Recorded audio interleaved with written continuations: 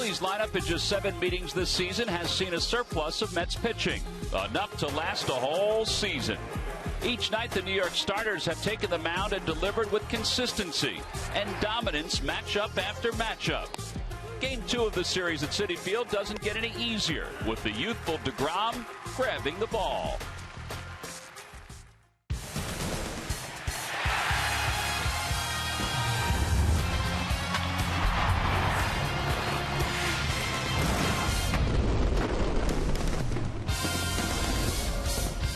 Well, that's a keeper right there. A young fan not only brought the Ryan Howard card to the game, but he got the card signed by Ryan. There's Severino Gonzalez meeting some friends and Mr. Met. Yeah, high five, low five, and then a whack to the head. Phillies fans settling in for Game 2 of this 3-game series. This road trip winding down here at Citi Field in New York. All right, so the storyline so far in the season series between the Phillies and the Mets, it's been a little bit about the offense for the Mets, but really it's been about their pitching. Their starters are 6-1 with an earned run average of 2.89, and the bullpen has been lights out so far. Hi, everybody. I'm Tom McCarthy, joined by Matt Stairs. We get set for the second game of this 3-game series and another look at one of the young pitchers for the New York Mets, Jacob DeGrom, who has not only handled the Phillies, Matt, but it seems like he's handled everybody in the National League East. Well, he's handled everyone in the National League East with ease. This guy, he's a true professional on the mound. He goes out and he pounds the strike zone after it. It doesn't matter what he throws. His last meeting versus the Phillies, very good this game. His fastball is moving, great movement with his changeup. And everything he throws is knee high. He has that late movement, very good athlete, gets off, makes a very nice play at third base.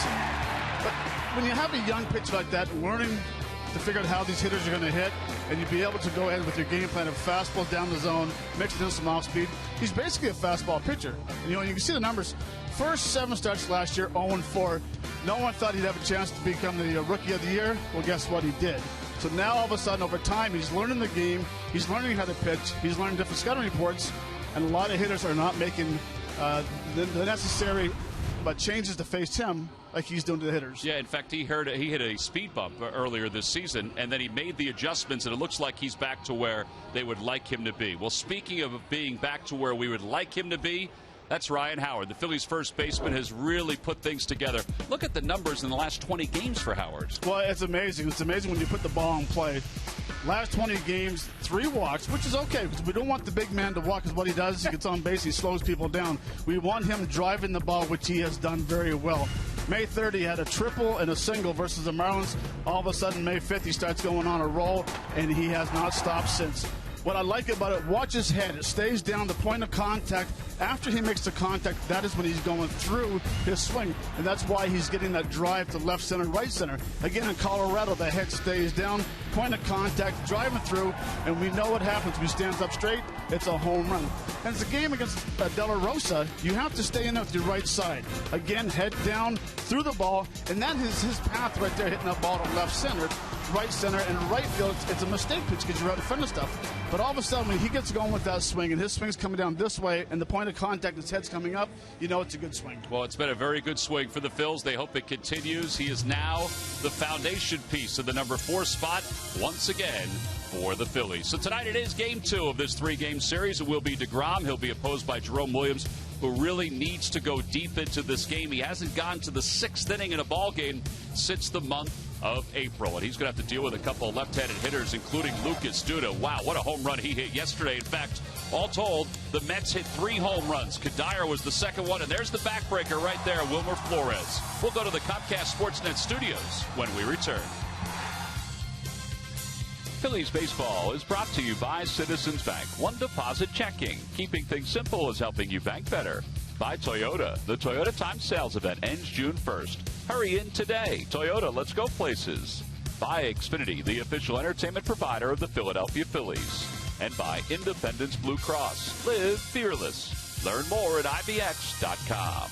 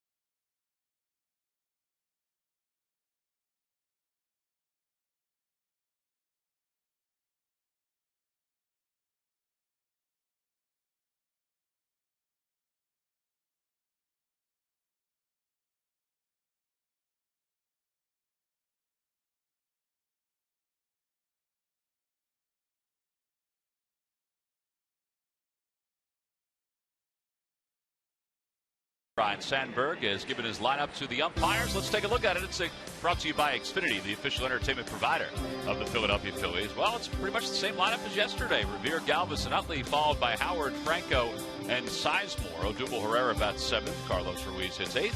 And batting 9th and pitching is Jerome Williams. And they will face right-hander Jacob deGrom. 5-4 on the year, an ERA of 2.75, making his 10th start of the season. He doesn't walk a whole lot of guys. He does average a little more than a base runner per inning, and he's ready to go. The first pitch of the night is in there for a strike. And Matt, we're going to see a lot of that, a lot of fastballs from deGrom. Well, we are in the scouting report. He will top out at 96 miles an hour, and the league is hitting 208 versus his fastball. Revere fouls it away, and quickly it's no balls and 2 strikes. All right, so 208 against his fastball. That doesn't seem like it's a good number. No, it's not. And usually with fastballs, it's about 250, 260. But when you have an average of 208 with your fastball, it means you have some downhill tilt and a very good sinker. Well, he does work quickly. Ben Revere was 1 for 5 in yesterday's ball game. He's hit in 4 consecutive games. And he fights that one off again. 97 on that fastball. So 4 pitches, 4 fastballs so far for Jacob deGrom.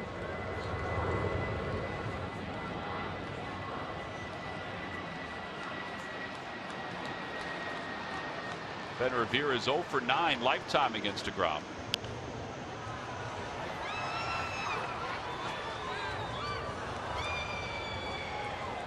And that's what you have to do with a guy that throws a late sink fastball.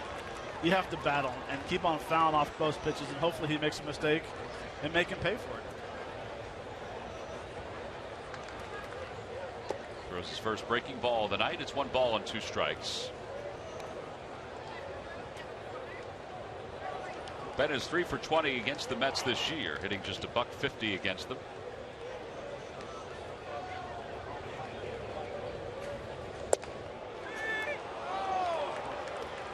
Fans reacting to the high-low instead of where that location was as it slips inside.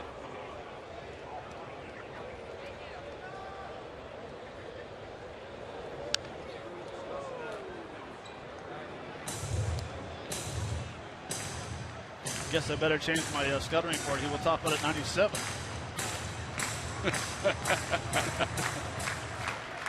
Well, it is a little warmer, so he's feeling loosened up.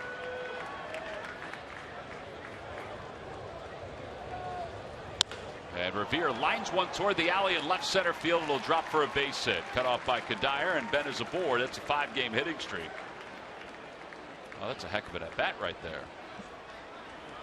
Well, Tom, time for Nissan keys to the game. My first one is Williams has to tie up the right-handed hitters. Right-handed hitters the last 5 games have been hitting .354, and the Phillies left-handed batters do the damage versus deGrom because lefties are hitting .296, and the righties are hitting $173. So lefties, pick it up. Well, good start right there for Ben Revere. Let's see if Revere challenges Plawecki, who is not a very good thrower from behind the plate. Opposition has stolen 11 bags against him. Now, he is technically the everyday guy, although Anthony Recker played the last 2 games for the Mets.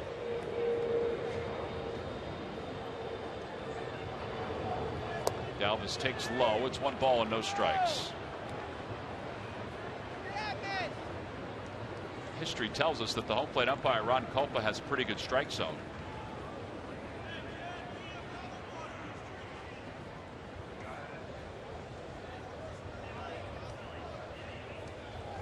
Back toward the middle, off the glove of deGrom. Boy, that helped him right there. Double play.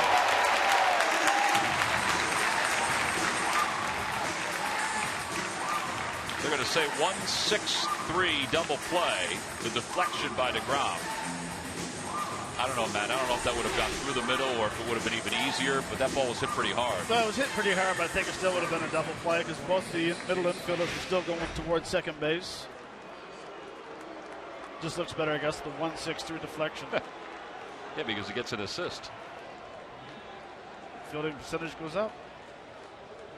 That'll bring Chase Utley to the plate. Utley was 2 for 3 with a walk in yesterday's game, hitting over .300 against the Mets this year.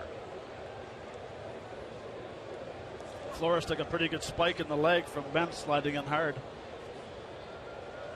Yeah, Ben stopped at second base to see if he was okay. I thought he stopped at second thinking he might have been safe. He was just looking out for the shortstop. Matt would not have looked out for the shortstop. No, I would not have. Outside, 2-0.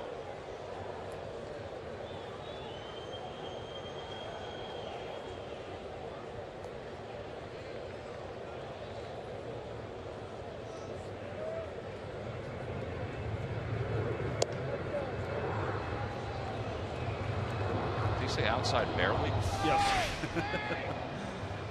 See right here, Ben's coming in. The left foot comes up, hits him right square in the shin.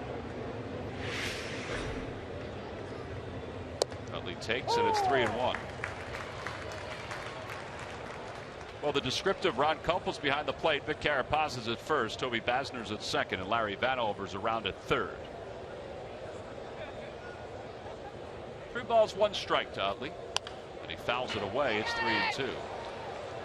The Lucky McDonald's Phillies home run jackpot contestant is Eric Lewis of Quakertown. Phillies hit a home run in tonight's ball game. That Eric will win $300.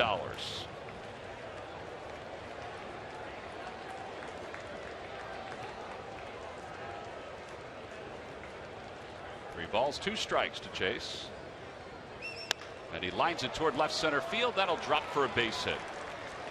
All right, so the second hit of the evening for the Phils.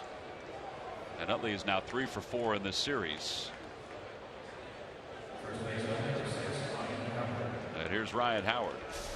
This is a swing right here where Chase works every day in batting practice, staying down through the ball, hitting the ball to left center. It's a good sign when he can carry over his BP swing into his game swing. He used to, and I haven't seen him do this as often, but he used to put a cone in the corner of the batting cage and try to hit that batting cage, hit that cone inside. Yeah, I haven't seen him do that for a while, but he probably has. Howard whacks it foul into the Mets dugout and off the roof. It's 0-1. Howard has hit in 10 of his last 11, a .419 average during that time.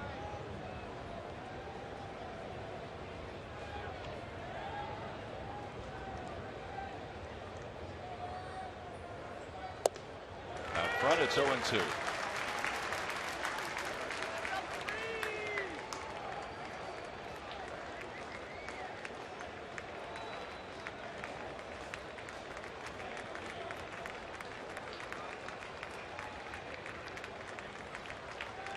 And he pulls it toward the right side. Grabbed by Murphy. His throw is in time. Well, not a whole lot Ryan Howard could do about that. No runs, 2 hits, and 1 man left. We'll head to the bottom of the first. Jerome Williams will go to work here at Citi Field.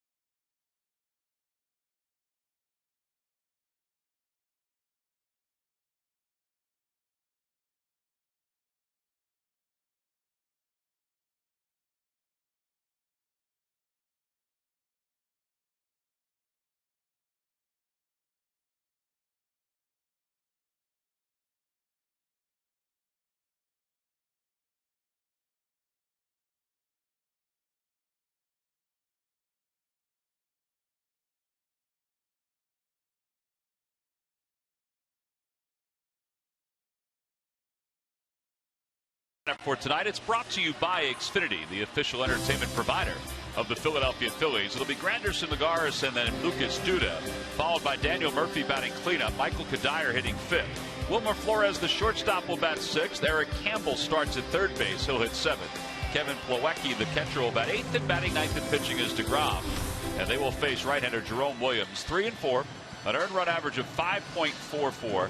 And you look at the opponent's batting average, I mean, that's obviously a point of concern for Jerome Williams, Matt, as he gets ready for tonight's starts. Point of concern, meaning that he's getting too much to the plate, not making some quality pitches. Scouting report, he'll average 89.5 miles an hour in his fastball. He's a 4-pitch pitcher, and he averages just under 16 pitches per inning. But he needs to get the fastball inside. Plus the right-handers. Yeah, and he's not gone into the 6th inning since the 26th of April. First pitch to Granderson is low. 1 ball, no strikes. Granderson has walked 24 times this year. And he rolls one to the right side. Utley's up with it. And he just gets Granderson by about a step. I found it interesting when I was looking at Jerome Williams' scouting report today. He did not throw a curveball in Colorado. Yeah, I guess he didn't throw a curveball. Not one curveball. Now, I don't know if he feels like it's just kind of rolling out of his finger right now or the Denver air. Be interesting to ask him. I have heard that there are guys that don't like to throw the curve because it hangs because of the altitude. I don't know if that's true or not. Here's Lagares, who takes low. 1 ball, no strikes. Well, it didn't bother Hollywood, Cole Hamels, too much because he had a very good curveball there. Very true. It's bothered a lot of other pitchers this week, though, just by looking at some of the numbers. Inside, 2-0. Lagares was 0 for 4 in yesterday's ball game. His average here in the month of May is at .222.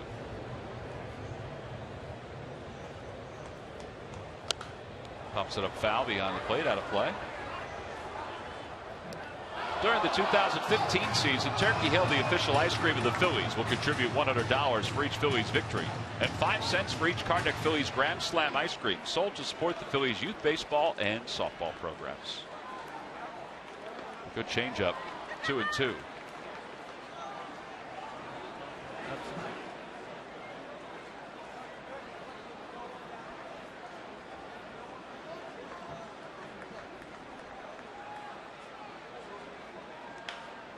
That'll be out of play. Not a lot of room down the right field line as that slices into the seats. Heck, you could have had it 30 feet and it would have still sliced into the seats. Lucas Duda waits on deck.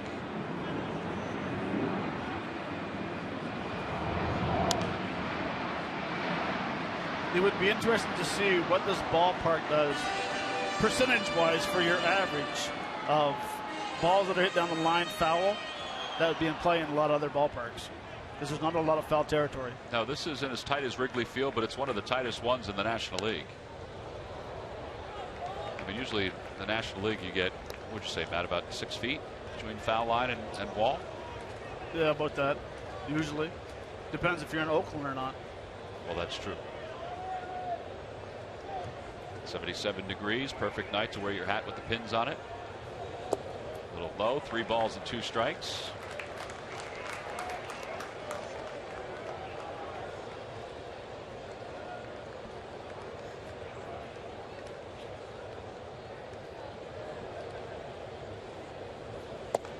Yeah, there's ball 4. So Lagares draws a walk.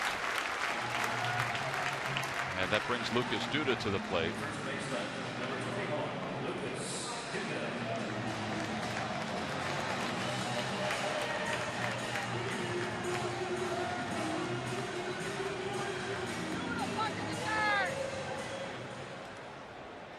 Look what Duda's done these last 9 games. Now, he has been hampered by a sore hamstring. It didn't bother him yesterday when he turned on a home run that went well over 400 feet.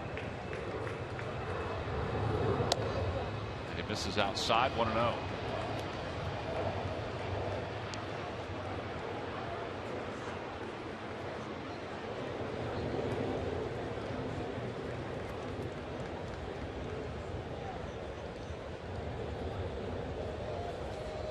Check swing. Good foul. Fortunately, it hit the edge of the grass, because if it didn't hit the edge, it would have landed on the grass and would have just kept on rolling in fair territory.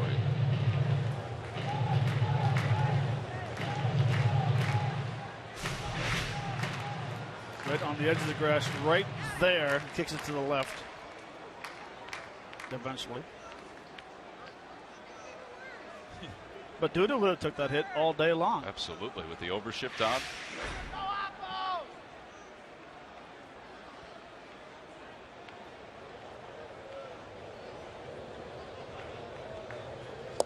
Good pitch to him. He tied him up with a cutter. And it's 1 ball and 2 strikes. Very good location. The pitch he's had a hard time getting people swinging it lately. The hitter wise, that's a very nice pitch down and in. And I guess for him against left-handers, he's going to need that pitch. That and the changeup. Speaking of changeup. Well, it was a good one. He got him out front. And there are 2 outs. First strikeout. Very good location. Chooch wants it low. Very nice. See how far he's out in front of this thing. It's a fastball. Bottom drops out of it. Good pitch. Good sequence. Well, he's got another left-hander, and Daniel Murphy, who was 2 for 4 yesterday with an RBI. Both of his hits were singles.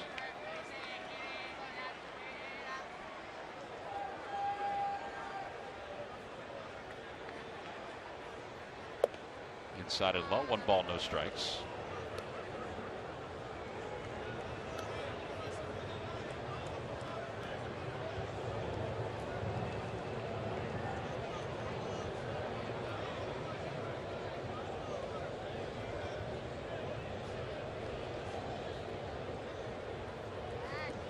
The Mets are a mediocre team on the road with a record of 7-15, but here at Citi Field they're 18-6, counting the win yesterday. Only the Dodgers have more wins.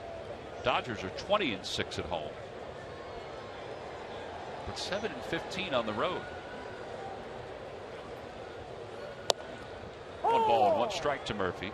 And it's funny, all the years you played, you try to figure out why teams play well at home, why they struggle on the road.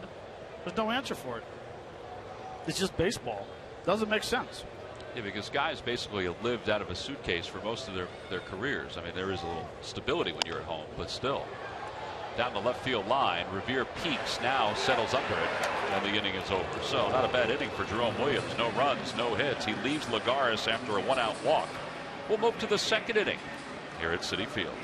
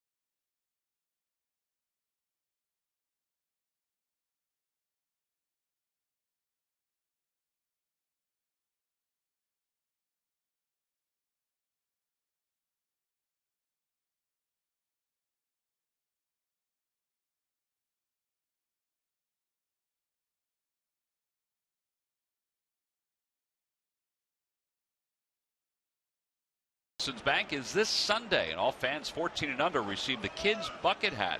Tickets can be purchased for all 3 games against the Rockies by going to Phillies.com. Michael Franco leads it off. He takes a strike. It's 0-1.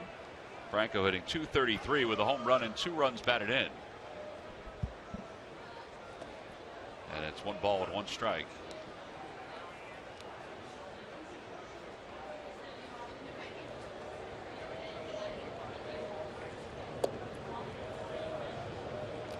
interesting stats that have popped up about DeGrom. Against teams that have a winning percentage of 500 or less, he's 10-1.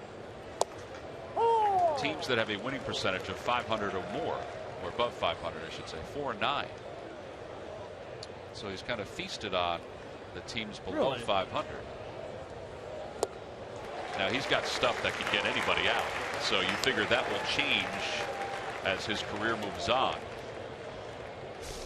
Well, this is right here is one of the reasons why Riders are hitting a $173. Very good changeup.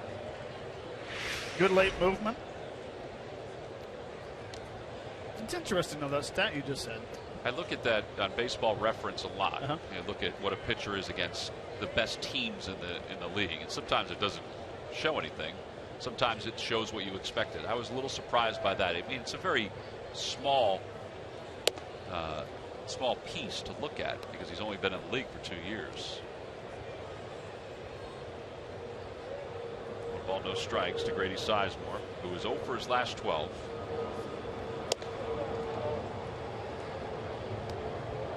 And now 2 balls and no strikes.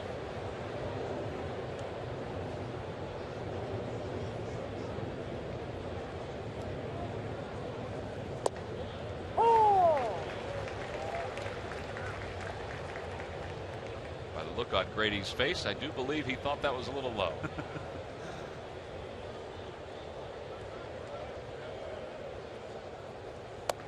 Outside, 3-1.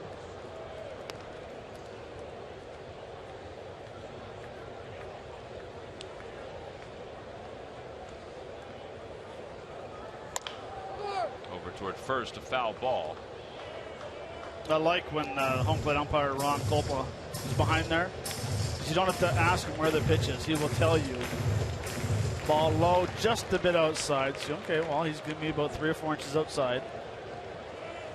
Good guy. Good umpire. Good changeup. Very good changeup. Back-to-back strikeouts. 2 outs here in the second. Tonight's game is also available in Spanish. Just use the SAP button on your television or change the language through the menu on your cable box. Here's Odubel Herrera, 42nd start of the season for Herrera. His average has dipped to 256 on this trip. He's just 6 for 28. Fastball upstairs. It's 1-0.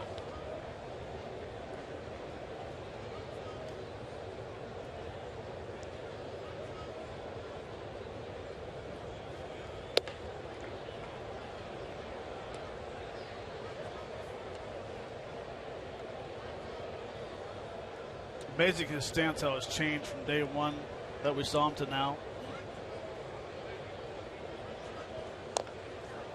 I mean, quieter and not as open? Well, yeah, not as open, a little quieter, getting the leg up earlier.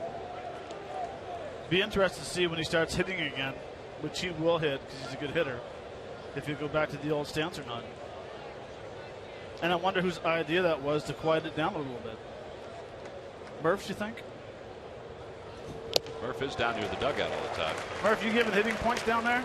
No, I did not give him any advice on that, man. I stay in my lane there, big guy. 2 balls, 2 strikes to Herrera. And he struck out, so he just struck out the side. DeGrom picks up 3 strikeouts here in the second. And the Phillies go down quietly. We played 1.5. Phillies with 2 hits, the Mets with none as we go to the bottom of the second.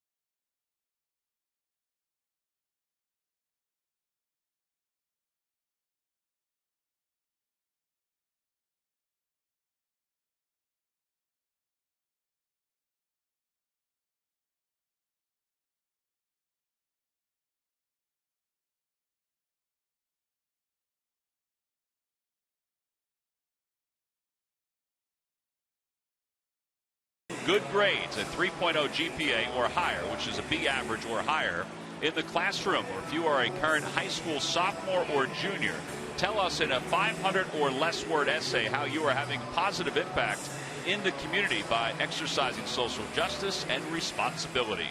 Go to Phillies.com/scholar for more information. Nominations accepted on a rolling basis until August 3rd.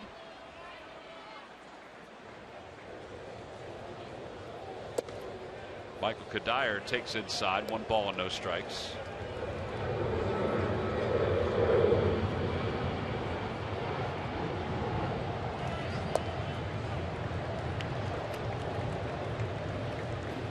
Balls and no strikes to Kadire, who homered last night, or yesterday I should say. Also walked a couple times. Pulls that foul.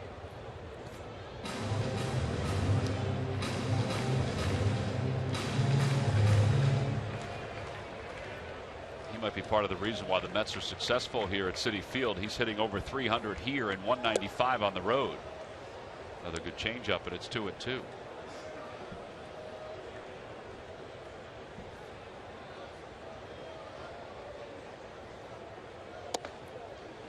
Backed it up, missed inside. 3 balls, 2 strikes.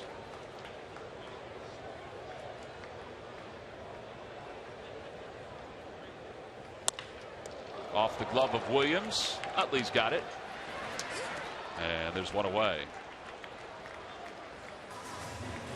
Now that may go down from a scoring standpoint as a 4-3 because it really wasn't misdirected. I never knew that rule until about 2 years ago.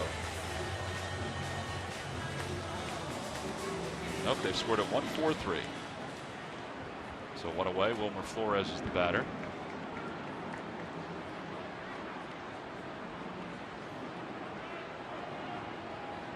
Flores 252 with 7 home runs and 19 runs batted in. His 7th home run, which is a team leading 7 home runs, was yesterday.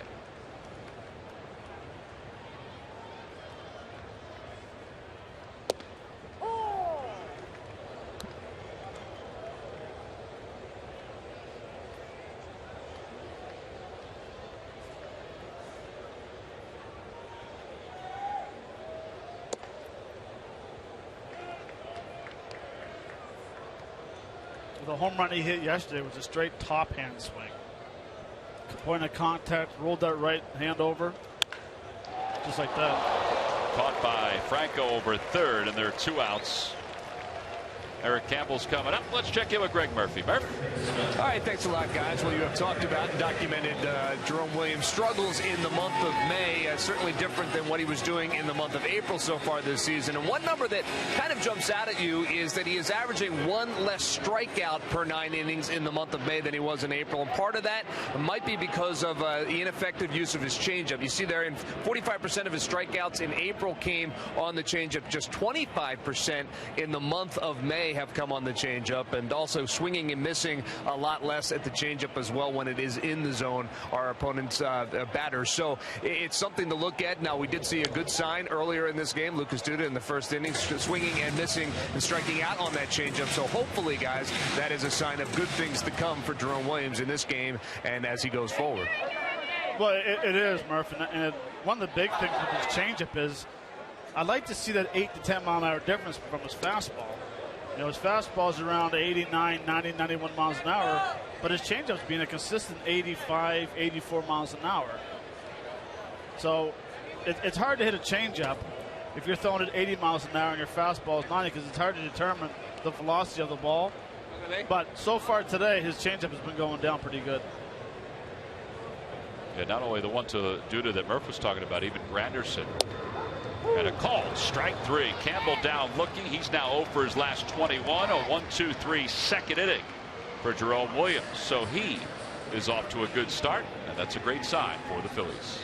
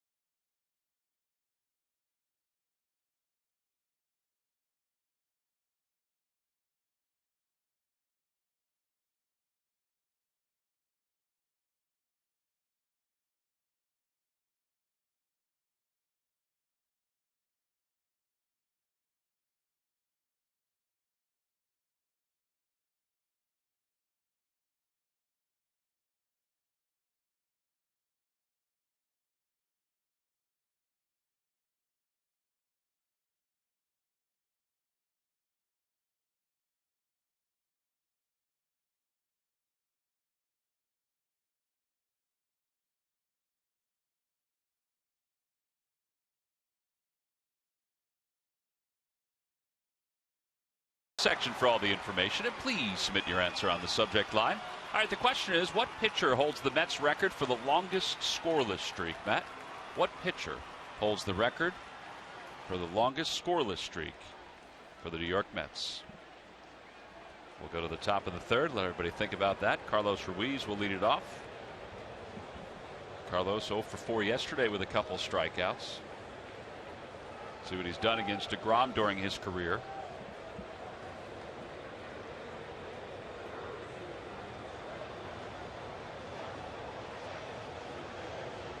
And Carlos swings at the first pitch and fouls it back. It's 0-1. Nice catch by a fan off the carom. A couple of caroms.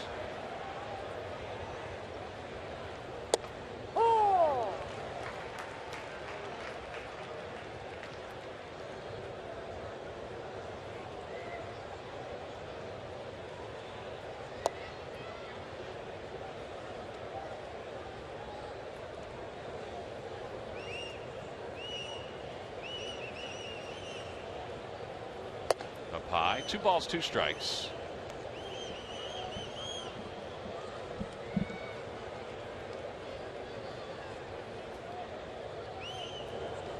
And a called strike 3. 4 straight strikeouts for DeGrom. And there's one away here in the third. Well, it's time now for our T-Mobile game changer, and Jacob DeGrom, who won the Rookie of the Year last year. His earned run average at home this year, 1.13, which is second only to Aaron Harang, whose ERA is under 1 at Citizens Bank Park. Well, this is a good ballpark to pitch in. I mean, it's got large dimensions. If you can keep the ball in the air and into the alleys a little bit, you're going to be in pretty good shape. Well, and that's where, as right-handed hitters, I never want to hear a right-handed hitter complain about this ballpark being too big now. And you're going up to 370 for left center gap. Yeah. And left field, they've brought the fences in a couple times in different spots, and that porch in right field. Here you see left center field. That's 370, what Matt was talking about.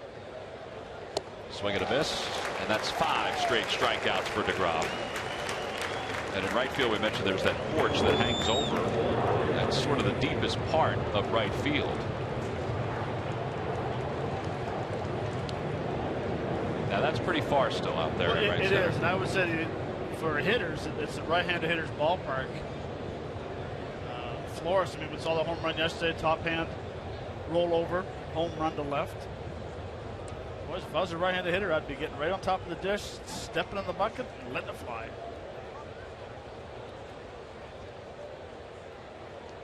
Here's Ben Revere, who singled his first time up.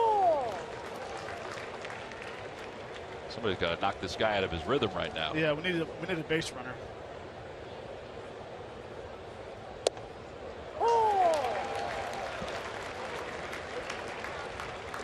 He's getting in a rhythm. Ron's getting in a rhythm, calling strikes.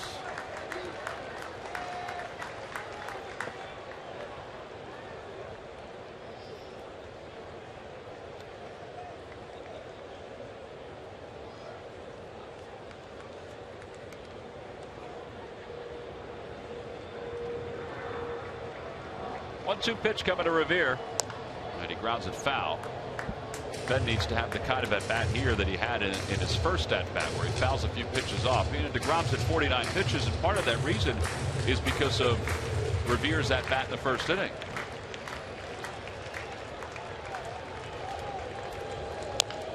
Over to first, and Duda waits. And another 1-2-3 inning for DeGrom. So he's retired 7 consecutive hitters. It's the second base hit of the first for the Phillies.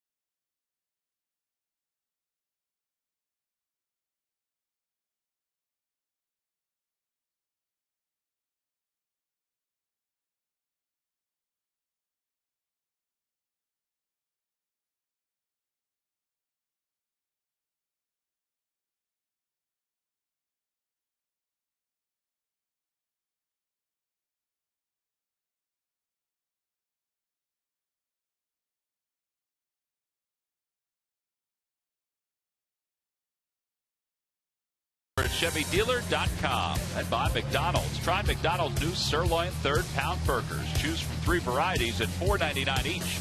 McDonald's. I'm loving it. 2.5 in the books. We'll move to the bottom of the third. Kevin Plawecki did not play in yesterday's ball game. We'll lead it off. Then Jacob deGrom and Curtis Granderson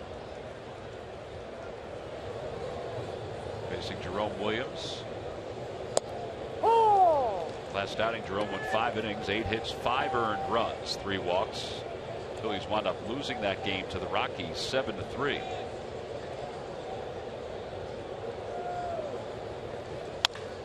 Back toward the middle. Utley slides, knocks it down, and Milwaukee will be safe at first. First hit of the night for the Mets.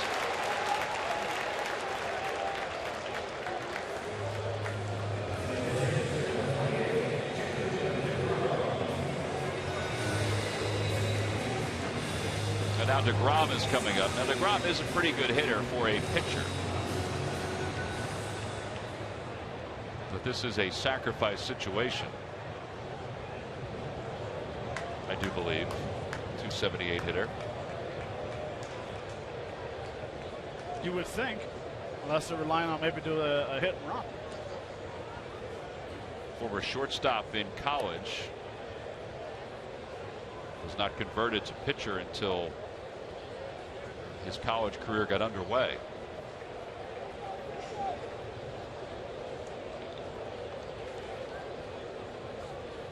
And he bunts foul.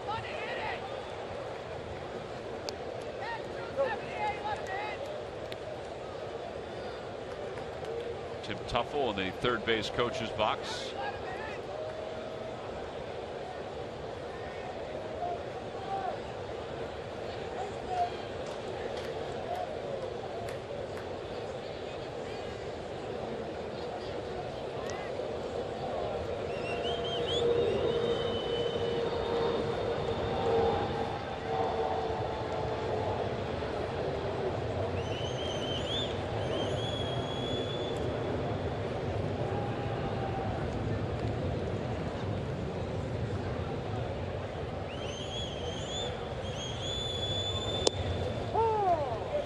Bad pitch right there by Jerome with the count 0-1 and with deGrom showing bunt. Take it off your bat, or you have to do it again? I wouldn't have bunted him in the first place, to tell you the truth. You hit 278 for a pitcher. You know the first pitch they're going to try to groove right down the middle for you. Now you got to let him. He's going to bunt. Chops it towards second. This could be 2. There's 1 and not in time. deGrom hustles his way into a fielder's choice for 6 on the put out at second base and 1 out here in the third. Well, it's a pretty good pitch, 2-seamer. It's a good feed by Chase. I think he was a little ways away from that sidearm throw, but credit to deGrom. He got down the line pretty quick. Back shortstop. The hair flowing and all. It's aerodynamic. You and I are missing out on aerodynamic. Granderson grounded out his first time up. Got it away. 1 ball, no strikes.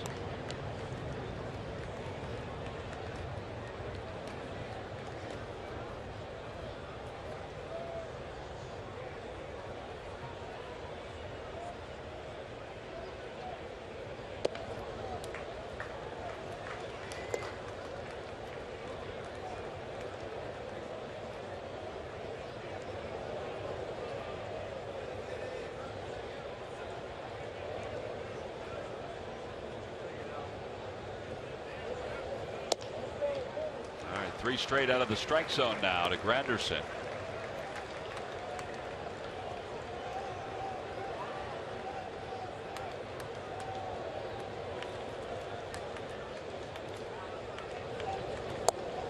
And he just walked him on 4 pitches. So that's the 25th time this year that Granderson has walked. Tomorrow, wake up with Rob Ellis, Jillian Mealy, Sarah Baker, and Barrett Brooks on Breakfast on Broad, presented by Virtua Joint Replacement Institute. Weekday mornings from 6 until 8 over on the Comcast Network and streaming live on breakfastonbroad.com. Well, the first pickle for Jerome Williams with 2 runners on, 1 out, and the number 2 hitter, while Lagares, who walked his first time up.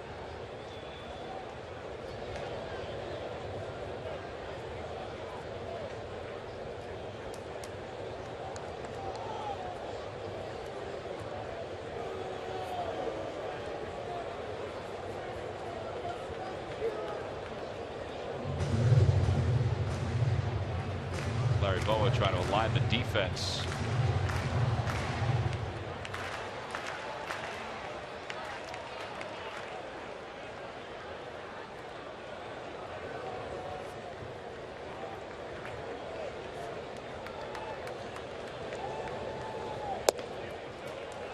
Well, that's 5 straight now out of the strike zone for Jerome. In the last 5 pitches, he kind of lost his aggressiveness, trying to be a little pinpointy on the cutter and the sinker away instead of being aggressive and going after the hitters again. Yeah, I think the last 2 guys are guys he can be aggressive against. Now he's got to be careful with Duda, obviously, on deck.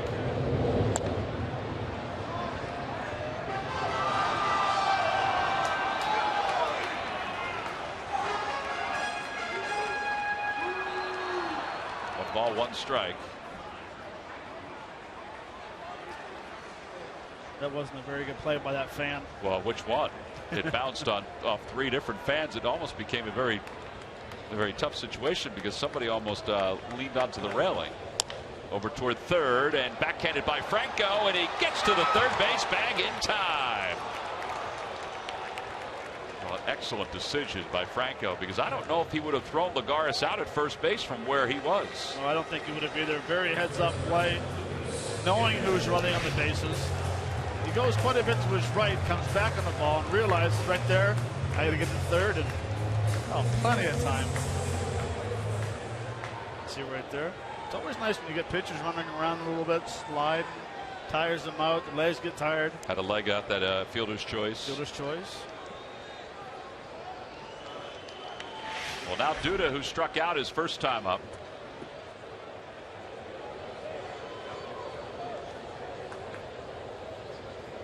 Murph mentioned he got him with that changeup.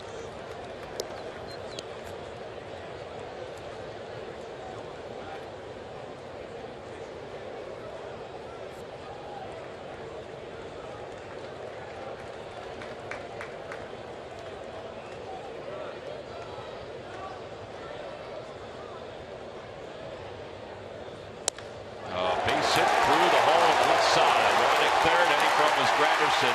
The throw goes to third base. Lagares is there. It's 1-0 New York.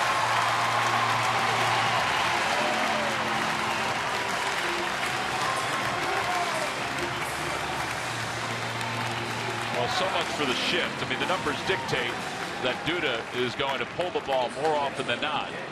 And he hit it right where the shortstop could have been. In this case, the shortstop was shaded over toward third. So it was actually a very good pitch down and away. Got to give the credit to the hitter, making the adjustment, hitting the ball. We're making a very close throw to third.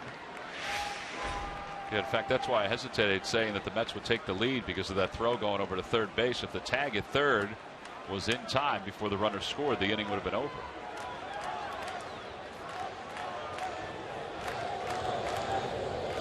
Inside, 1 ball, no strikes to Daniel Murphy, who flied to left his first time up.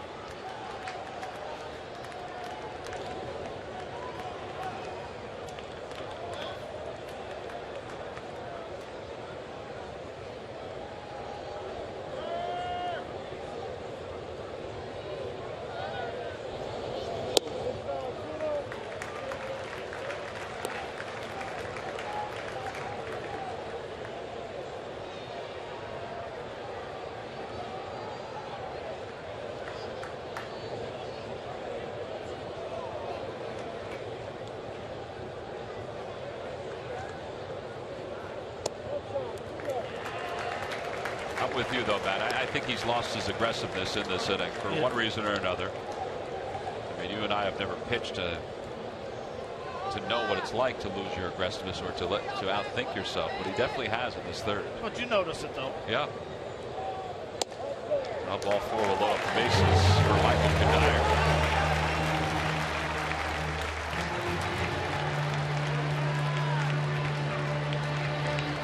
should say, though, that you did warm up a couple of times in the bullpen, and you would have been aggressive if you were out there. Well, I had a very good knuckleball, but I was aggressive in the bullpen. I was. Yeah, I didn't know that it was going to be a knuckleball that you were going to bring out there. So 2 no-hitters. With a knuckleball? In the bullpen.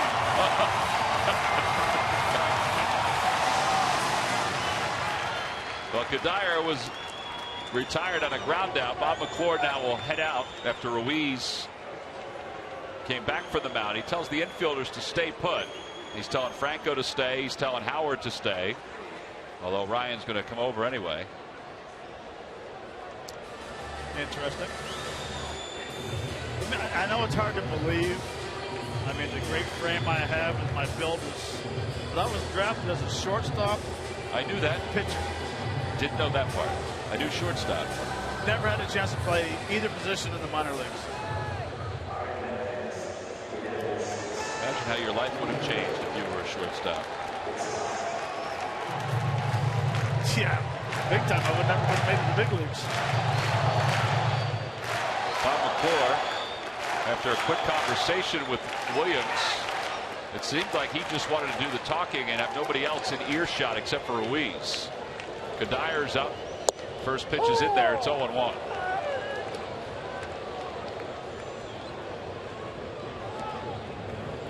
wonder if he went out and challenged him. Possibly.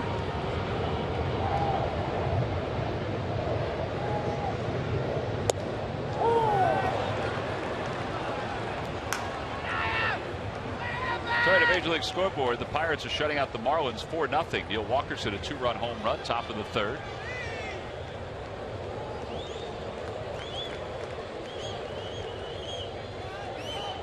The ball's 2 strikes to Cuddyer. He breaks his bat and loops one into left to base hit. 1 run is in. Here comes Duda. He's going to score. And Cuddyer is on his way to second, and he'll go back to first. Revere did not make the throw. It's 3-0 New York.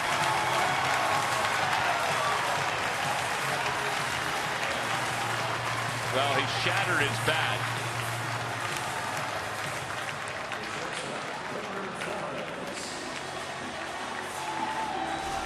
He shatters his bat. First 2 pitches were very good.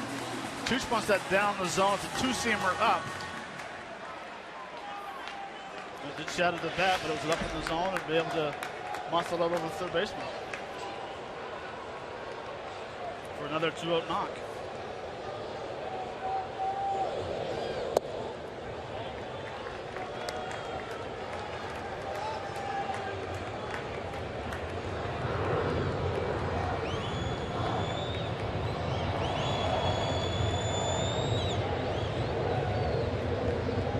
Flores lined out to Franco his first time up. He's 0 for 1. 2 balls and no strikes. Brian Sandberg said today during his daily conversation with the members of the Philadelphia media that everybody's okay in the bullpen. Well, he may have to think about getting somebody up in the bullpen. I know we're only in the 3rd inning.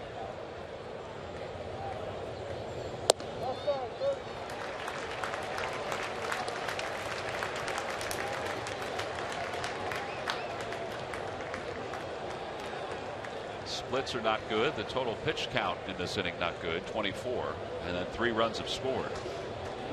And as Matt mentioned, with 2 outs. Got the green light, 3-0.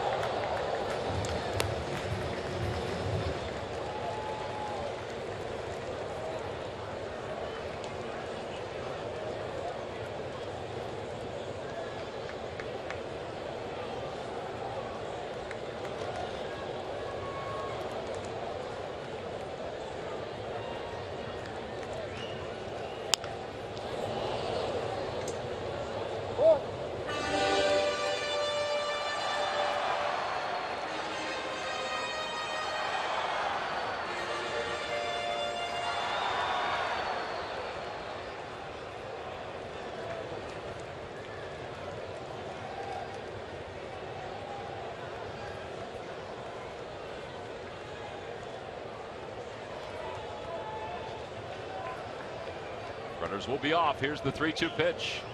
And he floats it out towards second, and it's caught into the air by Utley. And the side is retired, but 8 men come to the plate in the inning for the Mets. They score 3 runs, and they do so with the help of 3 base hits. Freddie Galvis will start things off in the 4th when we come back.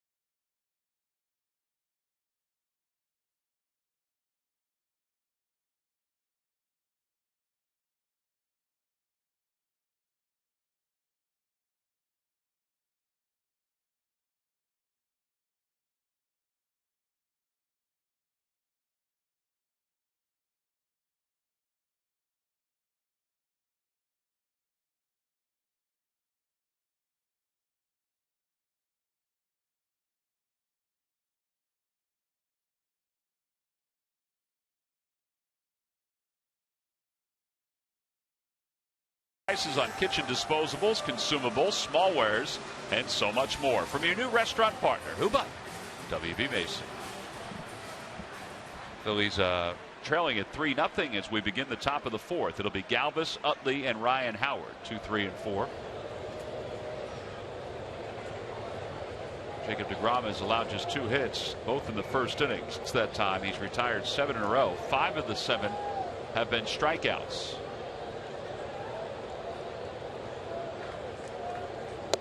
First pitch is inside, 1 ball, no strikes. Tommy made a great point while we were talking during the break about deGrom getting down the line and breaking up that double play ball. How huge that was.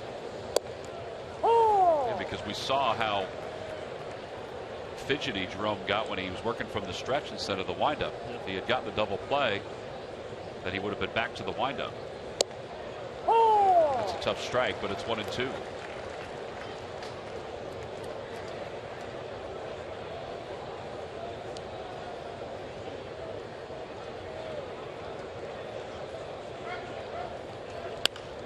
He fouls it down the left field line.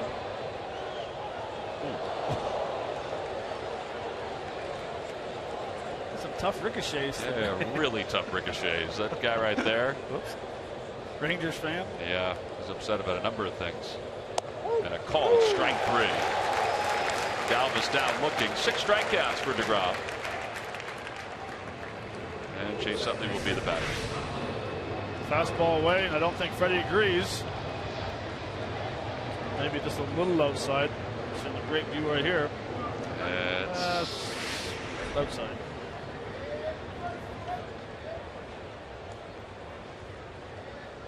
Chase singled his last time up. Little floater out toward left.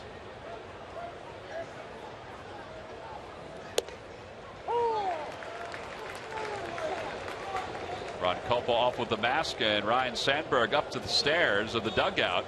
Well, he's going to have to be careful. He's going to get thrown out of the ball game. He's going to be kicked out. As he should.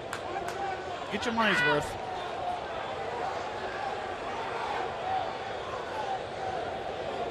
I don't know who said anything. I'm pretty sure it might have been Larry. Maybe Hendu. Maybe Freddie.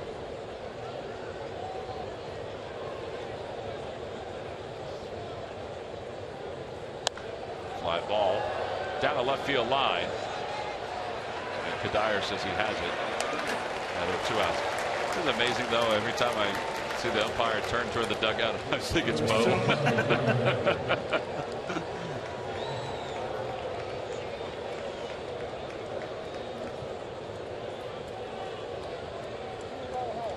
can't help but think that it's both.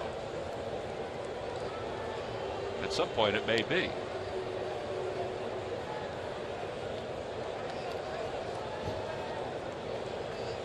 Looks so innocent, just sitting there. He does look innocent.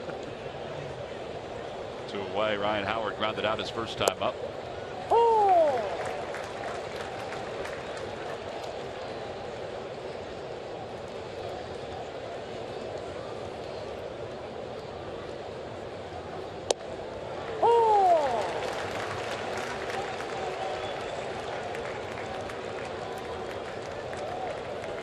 Already 6 no ball, 2 strike counts.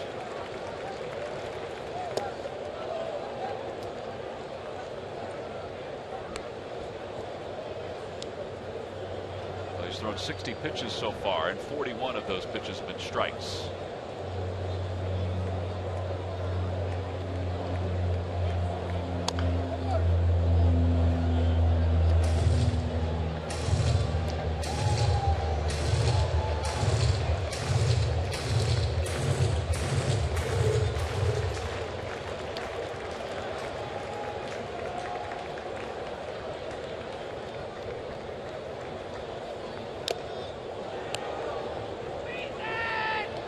Rip right there by Howard. It was nice swing. Nice to see a mistake pitch with a fastball. He's been darting that fastball low and away versus the left-handers.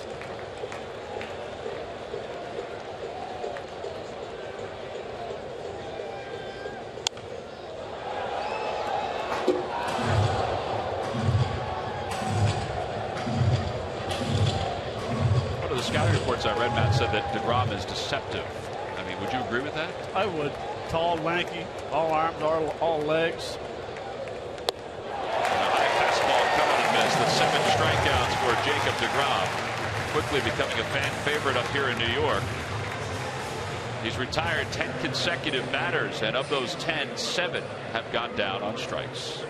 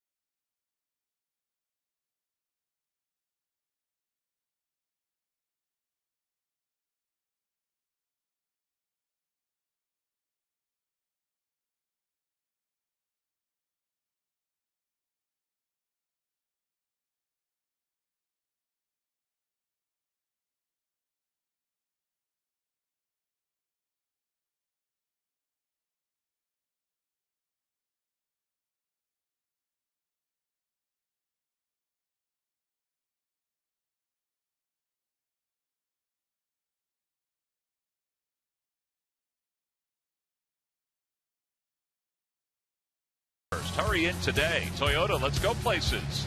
Buy WB Mason. You can't go wrong when you buy right. And buy the Quality Plus Sports stores. Go further. Home half of the 4th inning. The bottom third due up for the Mets. It'll be Eric Campbell, Kevin Plawecki, and Jacob DeGrom against Jerome Williams. Campbell struck out looking his first time up. 2 strikeouts tonight for Williams. He starts him off with a cutter, and it's no balls and 1 strike.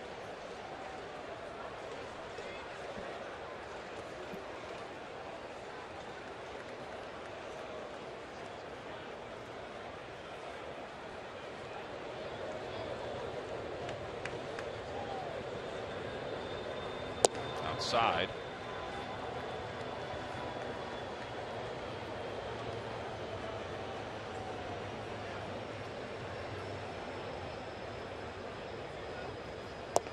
Check swing. Did he go? Yes, says the first base umpire, Carapaza. It's actually a pretty good pitch as well. Very good pitch.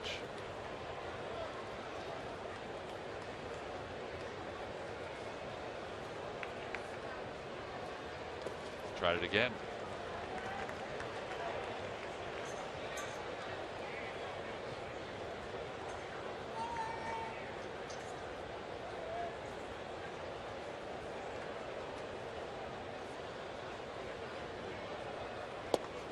And there's ball 4. Fourth walk issued by Jerome Williams. Well, Murph, it hasn't gone all that well for the Phillies against the New York Mets recently. They've had success in years past, but certainly not over the last couple of years. Yeah, if you feel like things have not been going the Phillies' way against New York, you are right. They certainly have not of late. In fact, the Phillies have lost 7 of 8 to the Mets and 17 of their last 22. That is hard to believe. And in fact, they've lost 6 series in a row to the New York Mets. That matches their all-time franchise record, which also happened back in 1971 and 72 when they lost 6 straight series as well. So a loss tonight would be the 7th straight series loss to the New York Mets. For whatever reason, these guys over the last 2 seasons have had the Phillies number both home and away. And I'm sure it's getting to the guys in the Phillies dugout for sure. There's a single to center field from Milwaukee, so he's 2 for 2. Yeah, the ebbs and flow of playing a divisional opponent.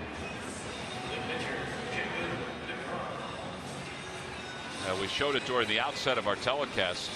A lot of the success the Mets have had, particularly this year against Ryan Sandberg's teams, the starting pitching. The guy at the plate is one of the big reasons. Well, him, Harvey, Nice has good numbers versus the Phillies. These guys, well, they have power arms and they have very good off-speed pitches.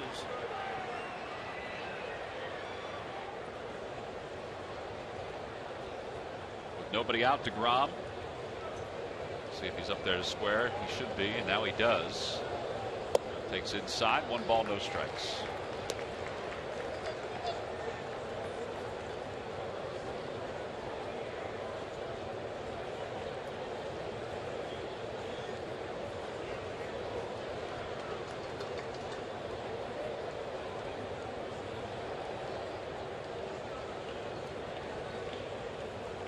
He bunts it in front of the plate. Ruiz has got it. There's one. Franco's throw to first base in time. A double play. 2-5-4 on that double play.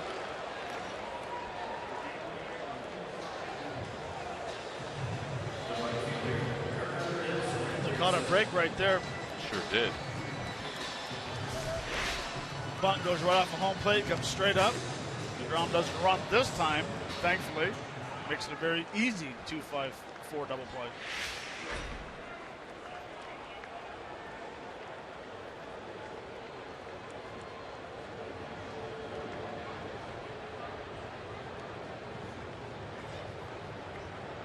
Granderson now up with a runner at second base. A little high, 1-0.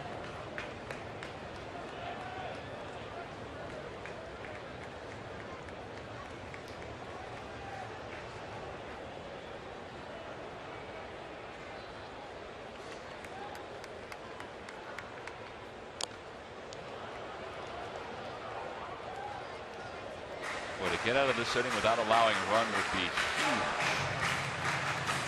for Williams, particularly with his pitch count sitting at where it is. But you don't want to fall too far behind Jacob deGrom the way he's throwing tonight.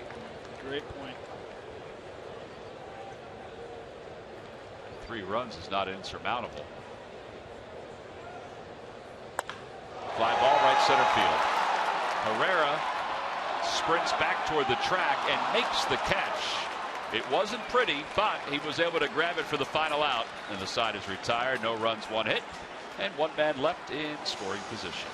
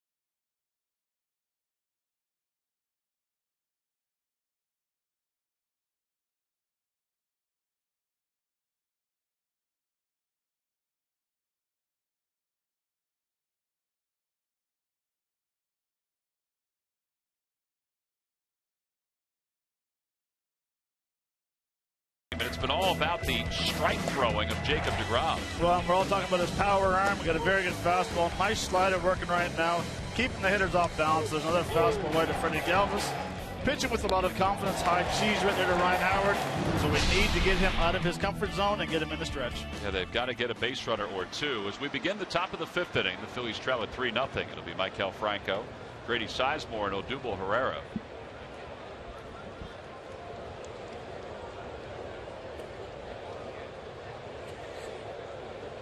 A little bout of the hay fever for Ron Culpa. He's got some sneezes going.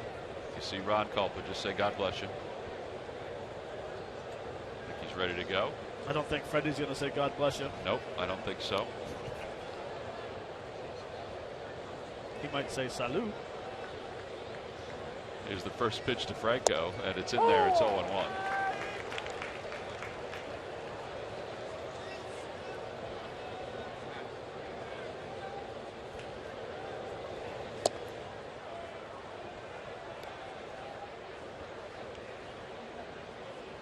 Franco 0 for 4 in yesterday's game. Struck out his first time up. It's that one back toward the middle. Again, deflected by deGrom. 1-6-3 on the putout. And one away here in the 5th. Time now for the Jeep Stump the Fans trivia question answer. All right, Matt, here we go. What pitcher holds the Mets record for the longest scoreless streak? I'm going to say R.A. Dickey with 33 2/3. R.A. Dickey is correct at 32. How did you know that answer? I'm smart. Well, I know that. Log back on the Phillies.com to find out if you're the winner of a Phillies prize pack. No phone, no computer. No, you just popped the computer on just a second ago, and it's the scoreboard that's up there. You must have eaten well on this trip. You nourished your body. I always eat well, Tom. 0-1. Sizemore, who struck out his first time up, 1 of 7 strikeouts.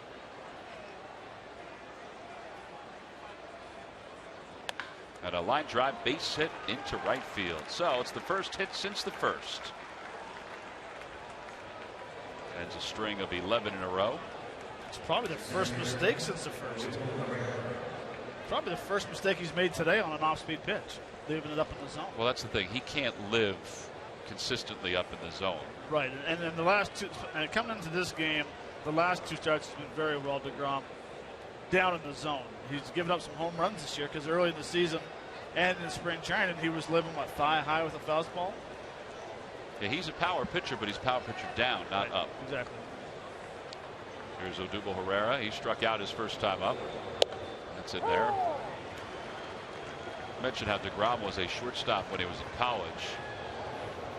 In fact, the first 2 years he was strictly a shortstop, and then the summer before his junior year he was supposed to play in a summer league team down in Florida, and he talked the manager of that summer league team into not making him a pitcher, to allow him to stay being a shortstop, as Herrera beats the throw by Wilmer Flores.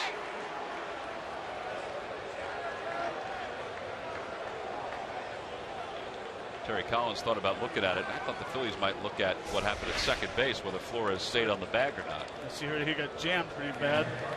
Pretty good flip. He's safe at first. Yep.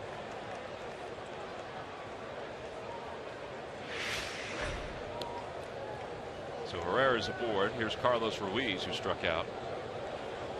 Anyway, you know who that manager was for that summer league team that he talked out of putting him into the rotation?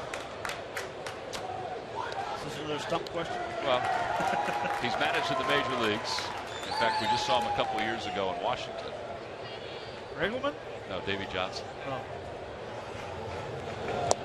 Oh. So then he returned to Stetson in the fall, and they wanted to make him a closer. And he threw a couple of bullpens, and one of the Mets scouts, just one, he was the only scout there, watched him throw the bullpen and called and said, hey, I think we've got a draft pick for next spring. Amazing. Now others were kind of settling on him also. But as a shortstop. As a shortstop, and then they saw him pitch in the spring, but it was the Mets who saw him first and latched on. In fact, the scouting report, one of the ones I've read on him, was that he's too long-armed to play shortstop. It took him too long to get rid of the ball. Probably couldn't hit as well either.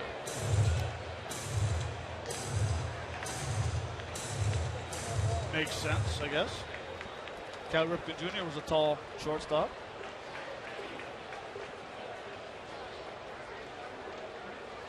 No balls, 2 strikes to Ruiz. Gets it towards second base, and Murphy's up with it.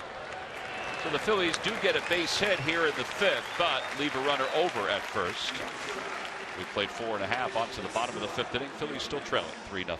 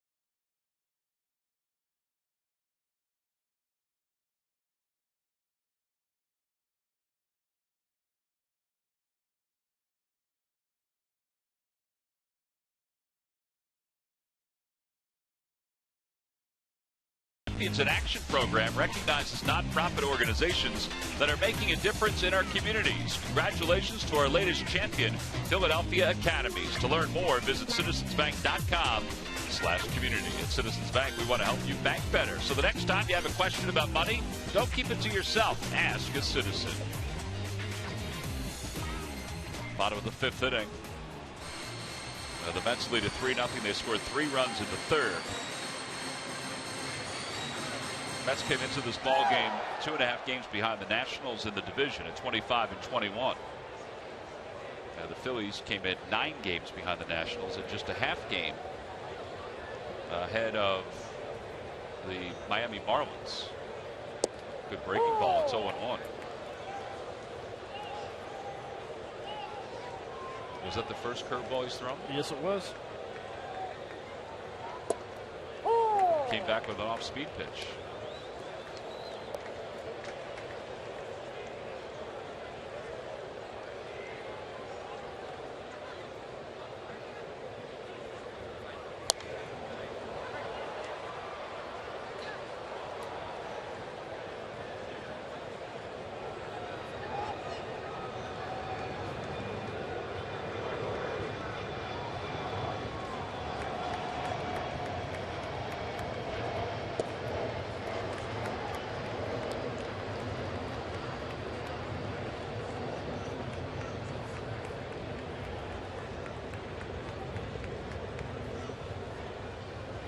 Swing and a miss. 1 out here in the 5th. Follow the Phillies all season in 2015 with MLB.com At Bat, the #1 app for live baseball. At Bat is up to the moment at any moment with in-game highlights, live look-ins, replay reviews, radio broadcasts, StatCast, and more. Get MLB.com At Bat for your smartphone or tablet. Duda is 1 for 2 tonight with an RBI. Now, where Freddie's playing at this point, he would have been able to grab that line drive, but he wasn't playing there because there was a runner at second base, so he was over toward the third base bag. That one's out toward Utley, and there are 2 outs. Brian Howard said, "See, I told you it happens all the time."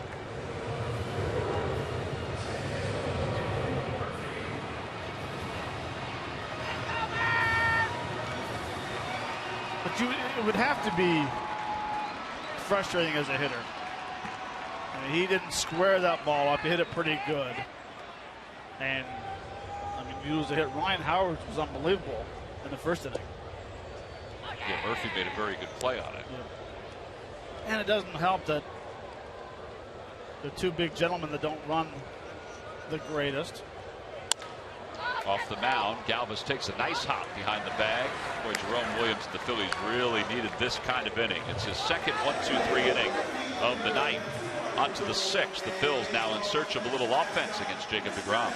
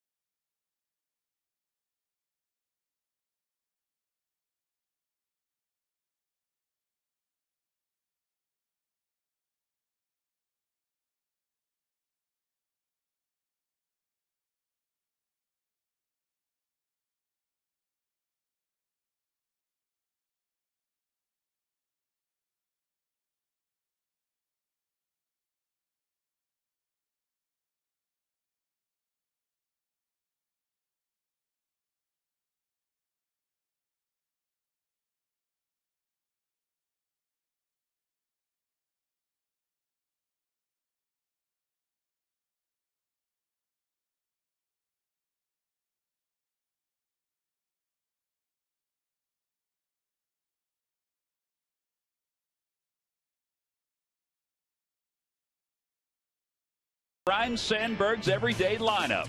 The month of May has been very merry for Ryan Howard. A batting average below 200 in April has been consistently above 300 during the second month of the season. The average has climbed and the power in his bat has returned. Number 6 is key to the Phillies offense. His successful swings are making Phillies fans jump for joy. And they're brought to you by Independence Blue Cross. Live fearless. Top of the sixth inning, Jerome Williams will bat for the Phils. And quite honestly, I think he needs to, man. I think he needs to get through 6 or 7 innings. I agree. Confidence-wise, try to find your rhythm. Get a base hit to left. Nice quick swing. So he's aboard to lead off the sixth.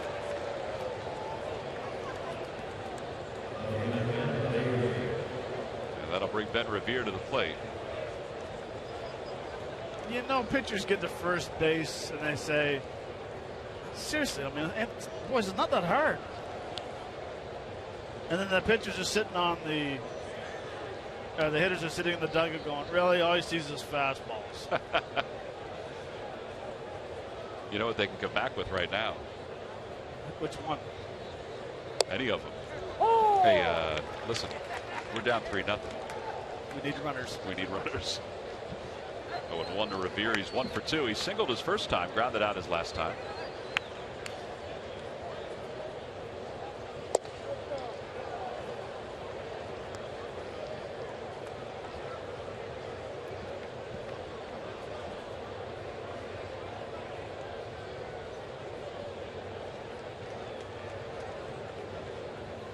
Broke his bat softly toward third, picked up by Campbell, and they get the lead runner.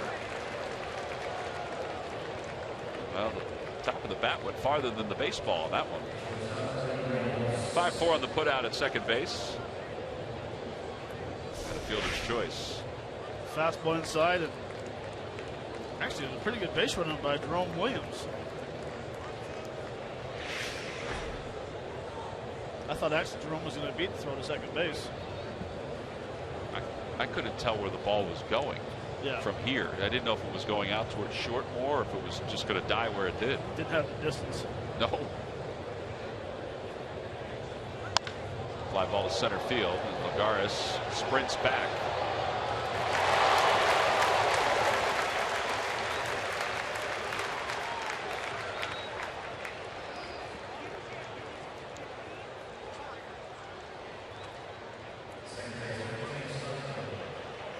Man covers a lot of ground.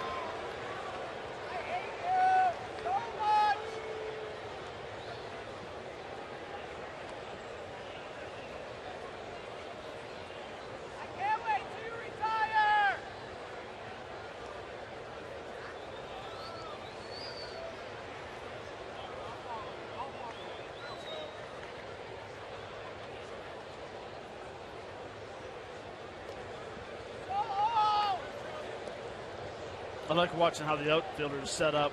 Granderson sets up, left foot in front of right foot, knowing that he goes better to his right. Lagares in center field, just nonchalant. That's a lot of trust and ability right there to be like Lagares is. Vernon Wells, the Blue Jays, was the same way. He would just stand there flat-footed. He never wanted to be tense when he had to take off left or right or go back on a ball. Well, you played out there. How did you set up? Because you're not a tense guy. No. I relaxed. But I was always moving around because I didn't have the greatest speed. I know it's hard to believe. But, I mean, it was I relied on getting good jumps, and I watched the catcher where he would set up. That one's popped up.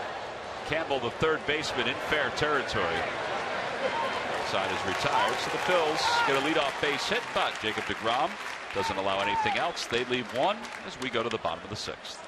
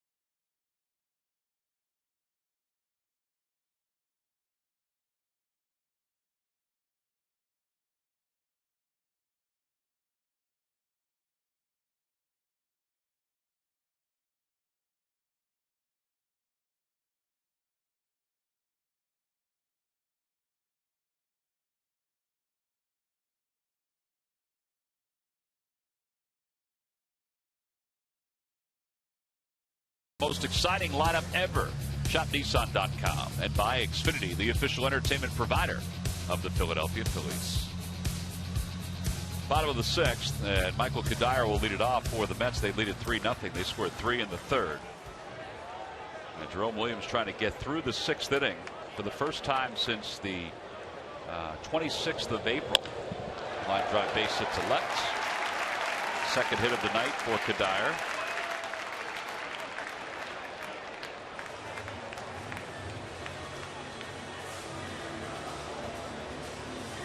It was actually almost identical pitch that he hit back in the third inning. Fastball up in the zone. Just this time he didn't break his bat and get 2 RBIs out of it. Wilmer Flores is lined out and popped out.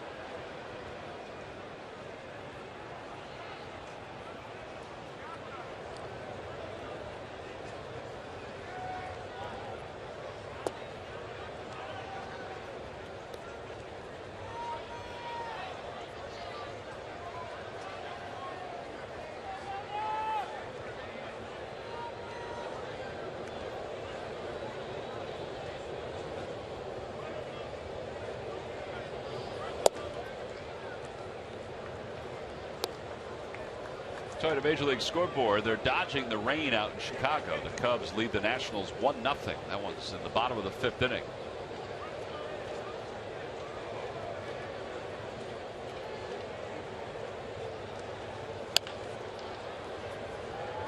2 balls, 1 strike to Flores.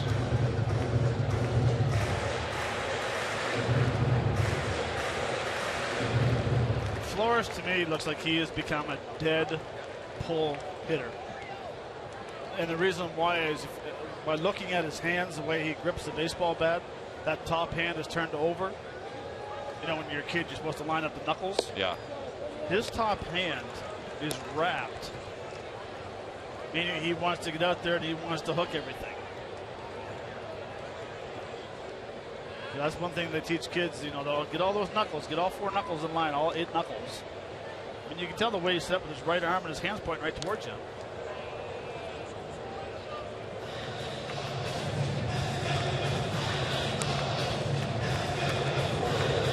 Seems like it would be uncomfortable.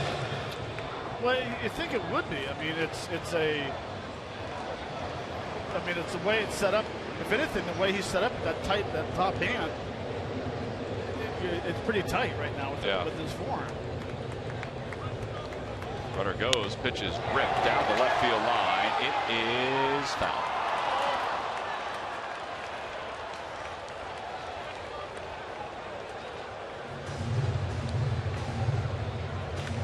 Tomorrow night at 6, Derek Gunn and Ruben Frank give you the scoop on the Eagles' first OTAs of 2015, plus a full evaluation on how the Eagles' NFC East rivals fared in the offseason. Watch Quick Slants presented by Nissan, only on Comcast Sportsnet. Now throw a nice low fastball that shoots his right knee, and he'll hook to the third base. Runner goes again. He fouls it back. Now that one was up a little bit too much. It was up too much. Middle of the plate.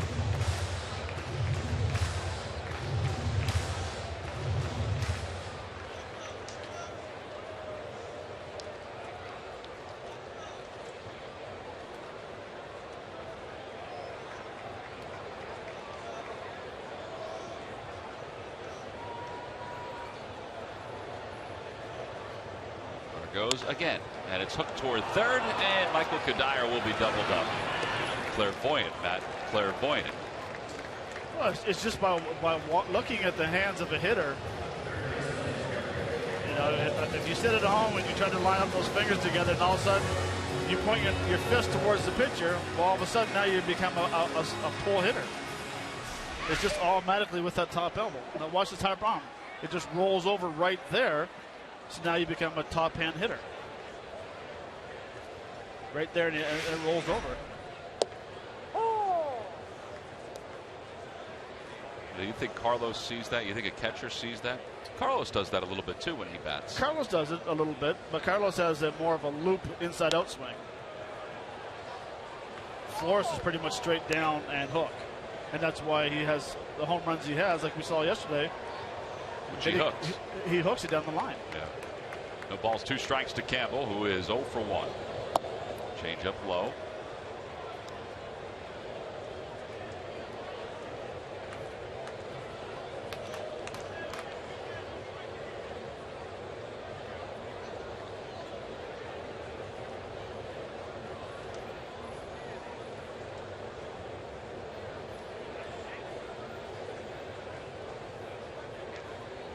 Got him.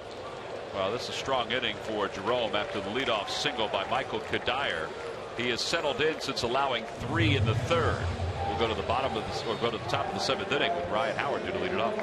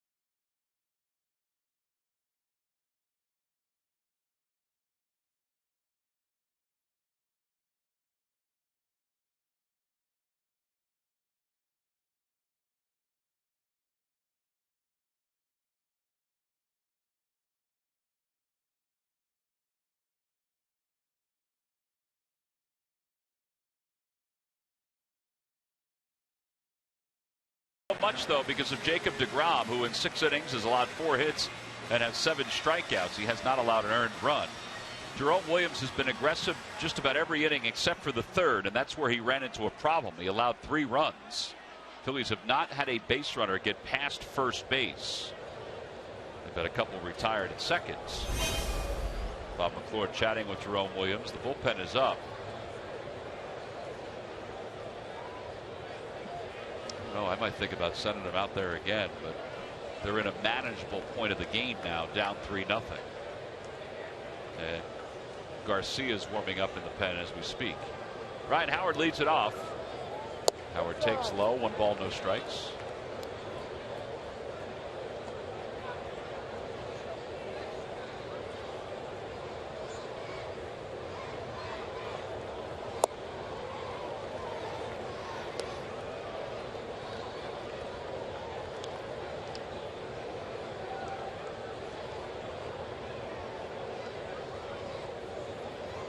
I wonder how the Mets are going to a 6-man rotation once Dylan G is healthy and back with the ball club. I wonder if pitch count is going to matter any at all, or if there's going to be a different thought about pitch count. You know, because they're doing it, they say, Terry Collins said yesterday, they're doing it to help preserve the arms of deGrom and Harvey and Syndergaard. Not as much Neese and G, but to kind of preserve those guys. Or Cologne. Well, I mean, it might help them out, but they can throw max, what, 115, 120, knowing that they're always going to get the extra day's rest. Swing and a miss. Howard has struck out for the 2nd time. 8 strikeouts for deGrom.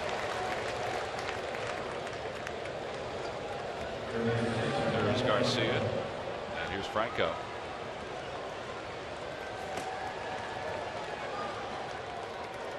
Garcia needs to pitch. He hasn't pitched since Friday.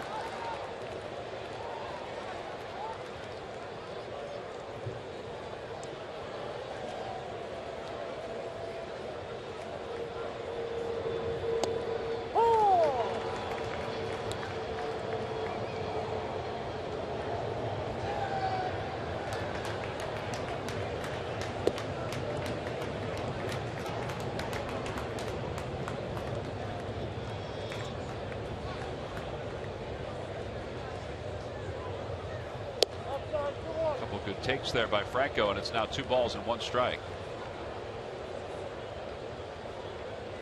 Phillies forced him to throw 20 pitches in the 1st, but beyond that, he's been in a pretty comfortable spot. That ball is ripped toward left field. Kadire going back, and he grabs it out of the air. That ball was smoked. Grady Sizemore's coming up. Let's check in with Greg Murphy.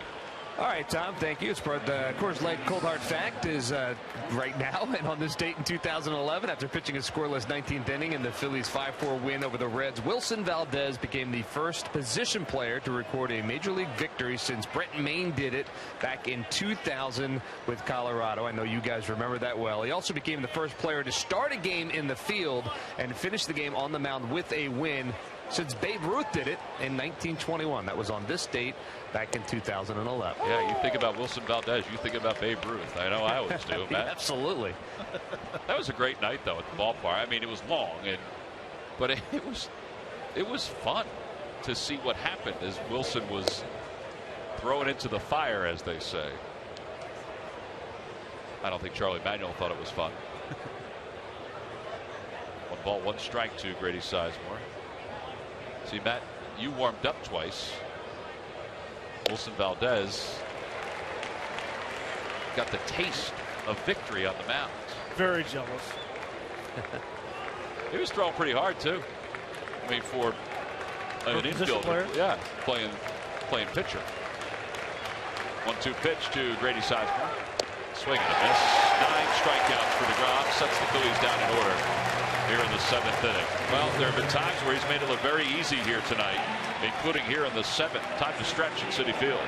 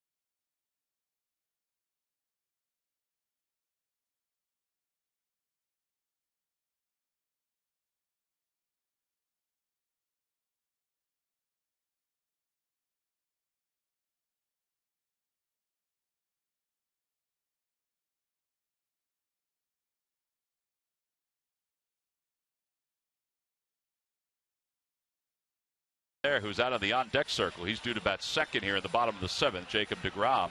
The final Hatfield Dollar Dog Night will be Wednesday when the Phillies take on the Cincinnati Reds. It's next Wednesday, 7:05 first pitch. Tickets can be purchased for all 3 games in that series by going to Phillies.com. As we move to the bottom of the 7th, Luis Garcia will take over, 23rd game. Well, Jerome Williams was not bad tonight. He walked 4, yes. He did allow 5 hits. He had a rough 3rd inning, but he only allowed 3 runs. So now Garcia will pitch here in the 7th.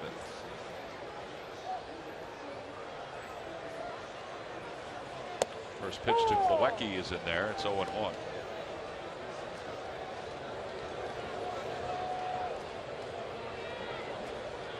I actually wondered how hard Garcia would be throwing coming in. As you said, he hasn't pitched in a few days.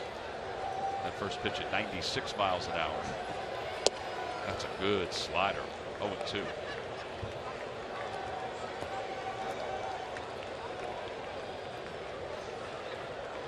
I'm never worried about how velocity-wise is. I'm going to see the location of the fastball. Usually when they're strong, they're going to be up in the zone.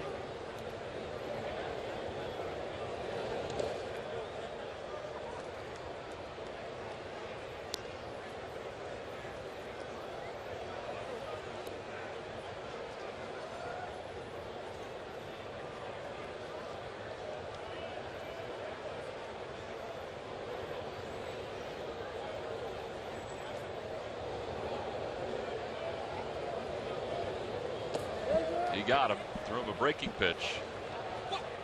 And 1 out here in the 7th inning. 5 strikeouts for Phillies pitching. All right, it's time now for a Hyundai defensive play of the game. Well, comes back in the 3rd inning. Franco makes a very nice play to his right. Get DeGrom just in the nick of time. Then high stepping over the bag. That's why that's a Hyundai defensive play of the game, brought to you by your local Hyundai dealers. Well, here is DeGrom, who's hit into a double play tonight. Reached on a fielder's choice. That's that one out toward left, but it's right at Ben Revere. 2 outs.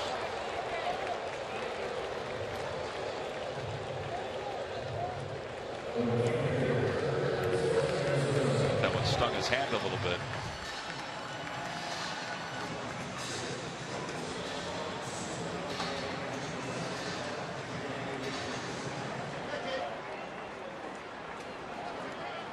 Straight to the pitcher, saying, man, I just missed that ball.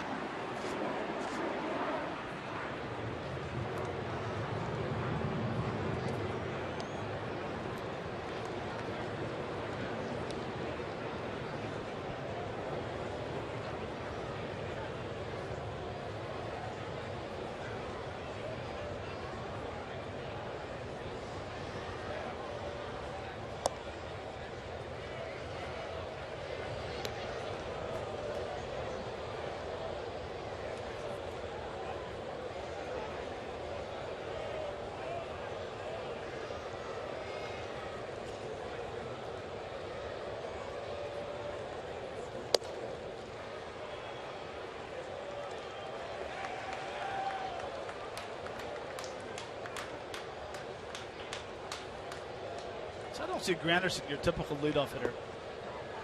Yeah, I think he's there by default. I don't know if they have anybody else they could put there.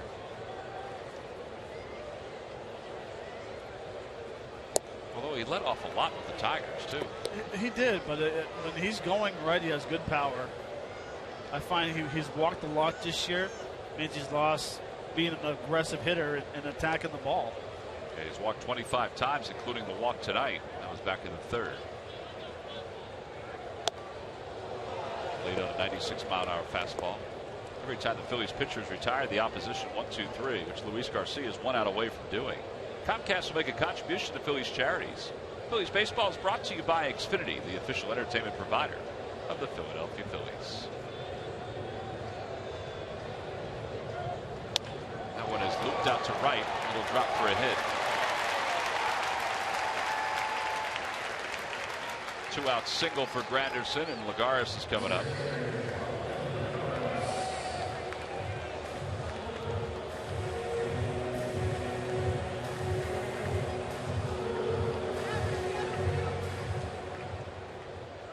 All-Stars walked in the first, fielder's choice in the third, and then struck out in the fifth.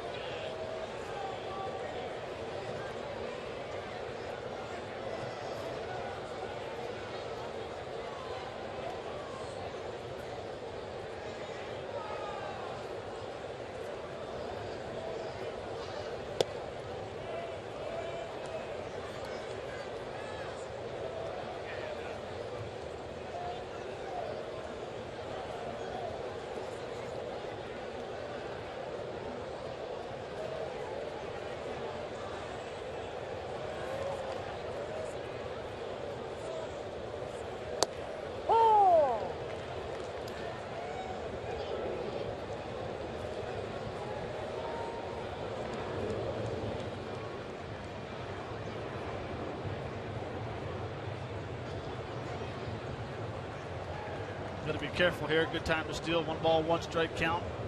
Maybe a slider. Well, there is the slider, and it's in there for a strike.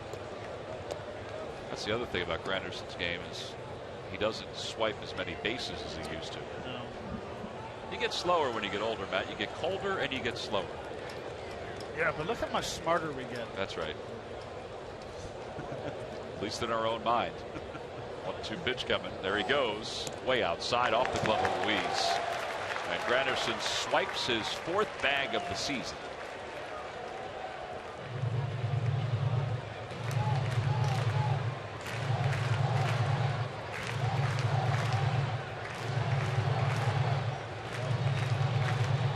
Well, he definitely picked the right pitch to steal on. Plus, he had a tremendous jump ball. This is a slider that's not even close. Seems like it crossed up a little bit.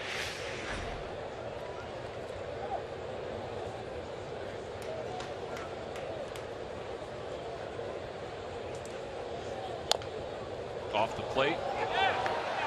Garcia, that's a nice play. Yep, everything was quick once he got to the spot. It's called no panic. He didn't panic. He didn't panic. No runs, 1 hit, 1 man left in scoring position. All right, Odubel Herrera will try to get things rolling when we come back.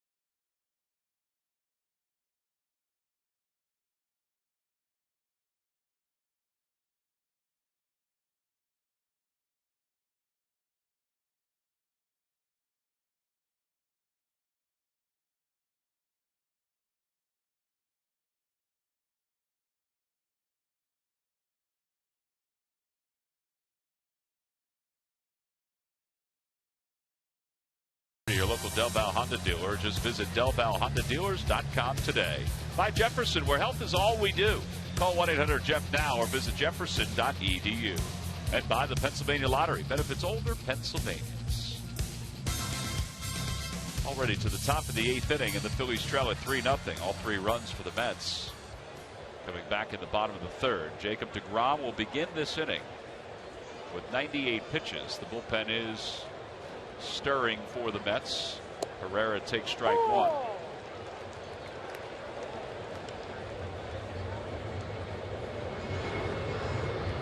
Torres and Robles. Robles the right-hander. Out toward left field. Kadire.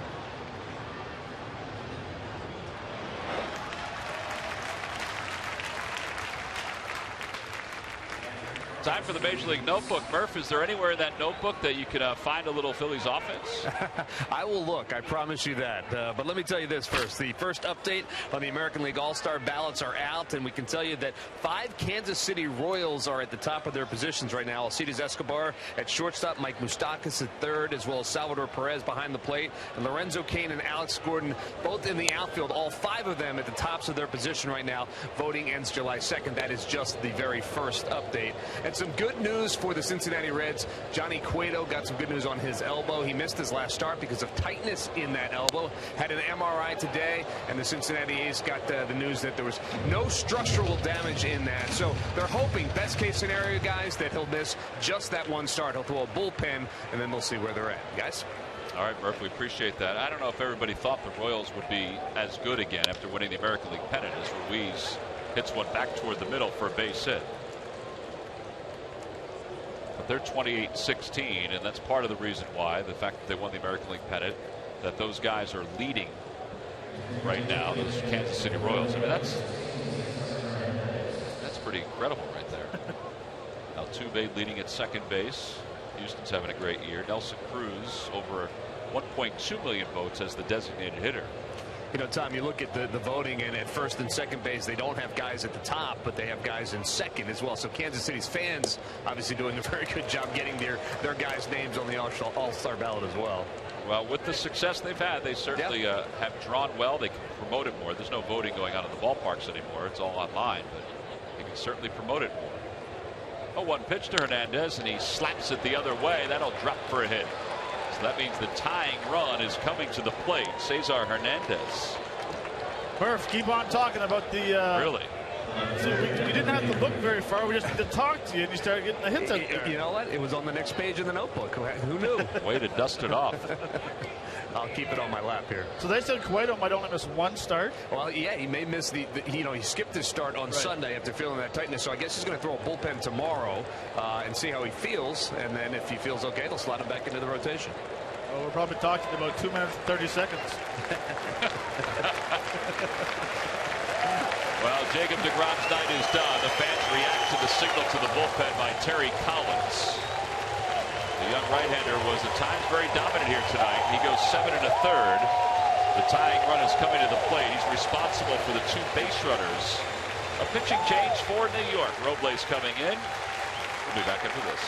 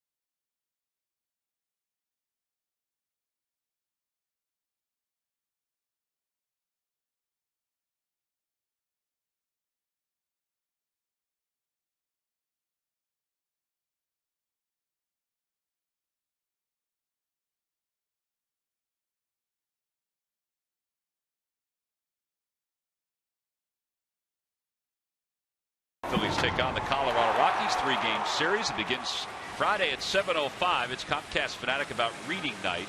Fanatic Children's Book for fans 14 and under. Then Wistar Institute Melanoma Awareness Day on Sunday, presented by Independence Blue Cross and Citizens Bank. A free bucket hat for fans 14 and under. Tickets can be purchased for the 3-game series by going to Phillies.com. Well, here in the top of the 8th inning, there are 2 on for the Phils with 1 man down. Jacob deGrom goes 7 1/3. He allowed 6 hits, struck out 9. Hansel Robles is going to be the new pitcher, facing the left-hander Ben Revere. Robles this year has allowed just 1 hit to lefties, and he has struck out 6. See his numbers overall. It's got to be his changeup as to the reason why Terry Collins brings him in to face the lefty Revere. He kind of slings it a little bit as well. He gets underneath it.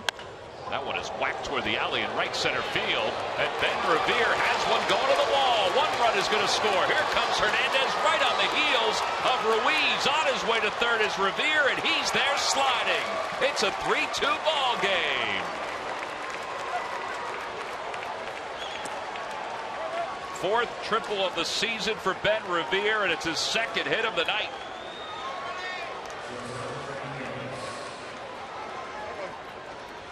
The Phillies finally have some offense rolling.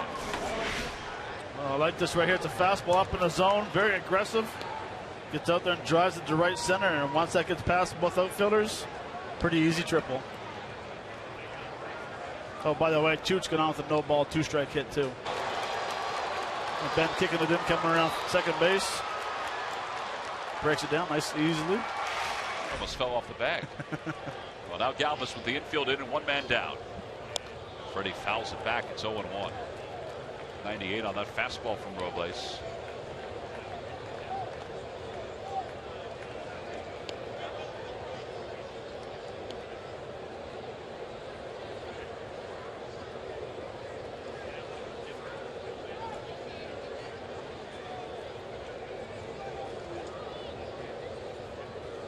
And he pulls that one past the diving Murphy into center field. The Phils have tied the ball game up. Freddie Galvis, an RBI single. It's a 3-3 game.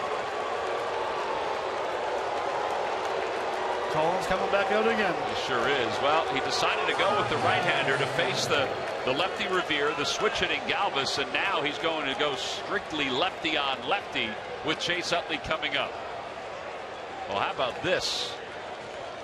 This turn of events for the Phils, fueled by Ben Revere's 2-run triple, and it's followed by the base hit for Freddie Galvis. We're even at 3.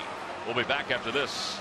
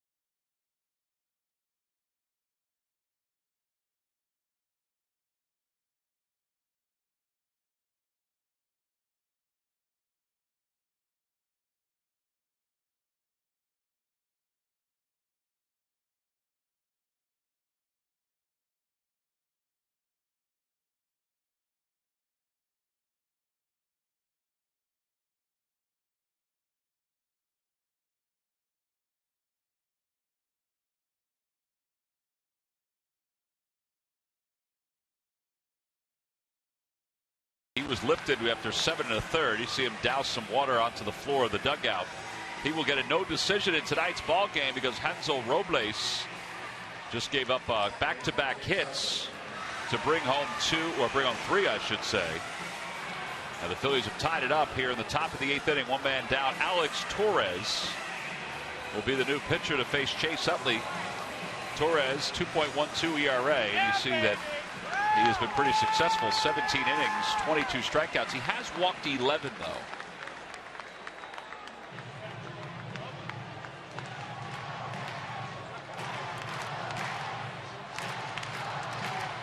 Yeah, we've seen him 3 times so far, and each time we've seen him, he's had a hard time finding the strike zone, or at least getting ahead of the hitters. I really hate you so much. Well, Chase is 1 for 3. You should bring in me, because he owns you.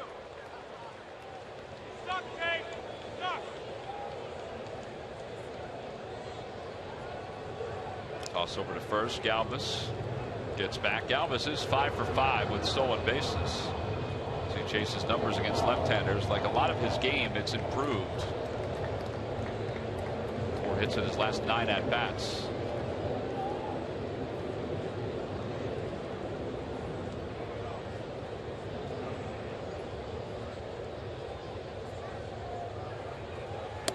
Way upstairs. 1 ball, no strikes.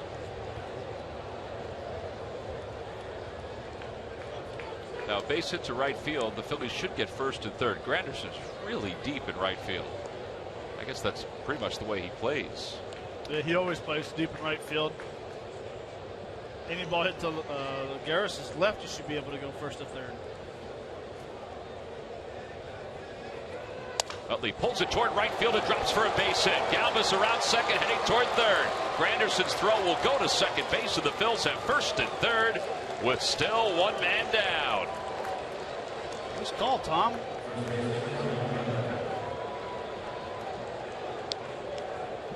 I think Murph should keep that page of the notebook open for the rest of the season. Murph, get it laminated or something. So Murph, they say how many pitches Cueto was going to throw? Yeah, I probably should keep talking about that, right? Dan Worthen out to the mound to talk to Torres. I like this nice short swing, something that we've seen over the last couple of weeks. And I like the aggressiveness by Freddie Galvis going to third base. Tom, you mentioned how deep Granderson plays in right field. You should never be able to go first and third on a ball hit in right field like that and not come up and actually at least challenge the guy at third base. Just playing way too deep, way too deep. Well, I don't know if you glance to it, Utley was peeking at Galvis to make sure he was going, because I think in Chase's mind he was ready to go to second if the throw did head over to third. Well, and I also like the fact that Freddie Galvis took the decision on his own. He didn't rely on Pete to help him at third base. He put his head down knowing the ball wasn't hit very hard. Got to be aggressive. So first and third, 1 man down. Here's Ryan Howard. Howard had a sac fly in yesterday's ball game. That was in the 5th inning. Infield is back, hoping to turn 2. Howard, an aggressive swing and a high fastball. It's 0-1.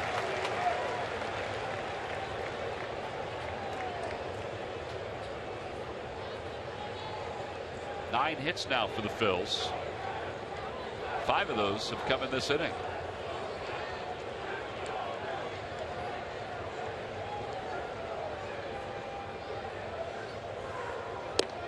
Good take. 1-1.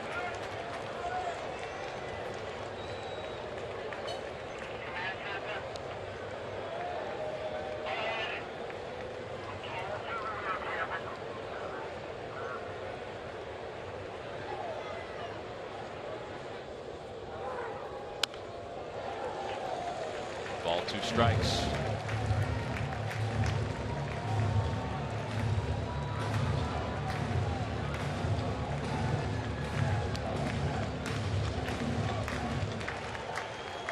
Find a way to put this ball in play right here. Yeah. Get that run home from third.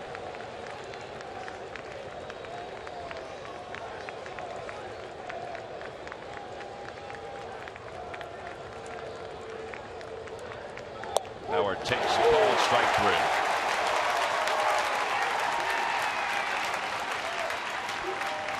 Well, it looked like a pretty good pitch from up here. Sets up fastball inside, and he actually threw it pretty much split the middle of the plate, knee high.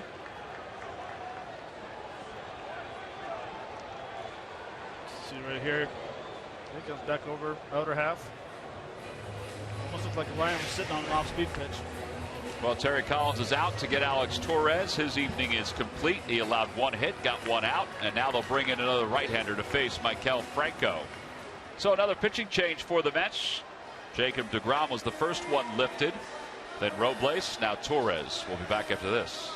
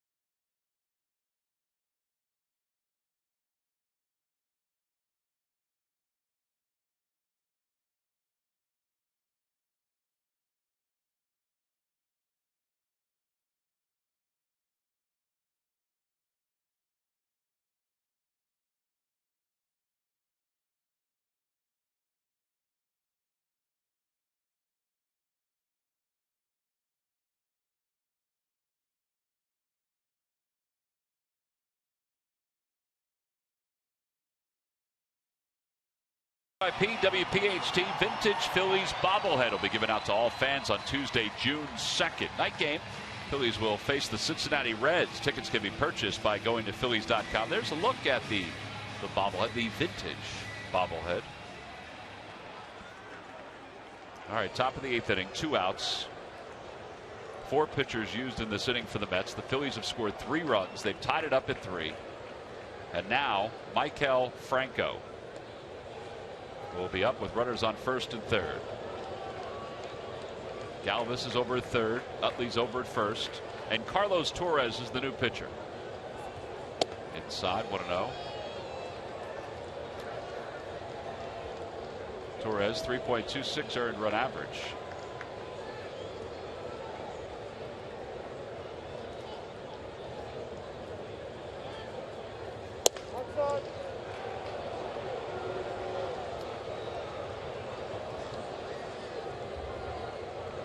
Franco has hit the ball very hard tonight on 2 occasions and nothing to show for it.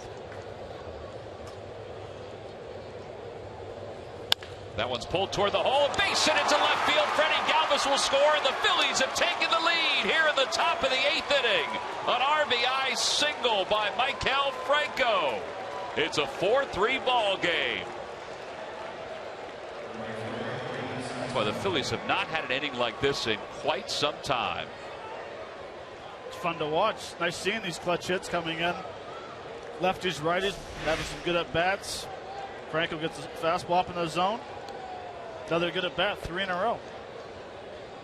Freddie Galvis likes it coming home. Make sure he touches home plate. There's been a lot of that going around where we're wondering if guys hitting bags, hitting plates. Well, now Sizemore, 9th man to come to the plate in this inning. Sizemore ended an 0 for 13 stretch back in the 5th with a single. Franco's single just ended an 0 for 12 stretch.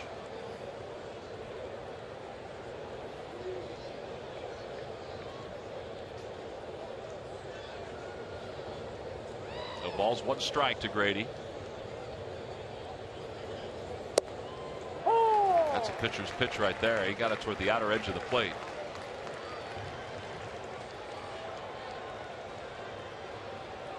Maybe just rolled that one over to second base if he had tried to hit it, right? Yeah, I mean, that's not a pitch he wants to hit. Now you might see them go just a little farther.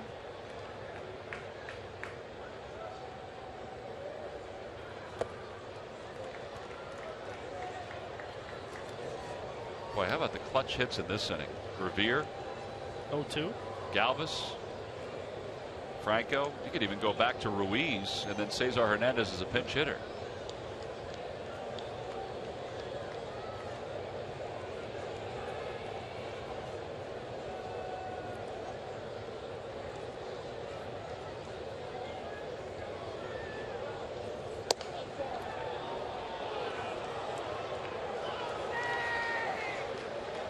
kind of a dangerous pitch right there, thrown to a left-hander. His slider right now is backing up a little bit. He wants it inside, but even though Grady Sizemore does not have a home run yet this year, you make a mistake, it will be a 3-run homer. 2-2 pitch to him.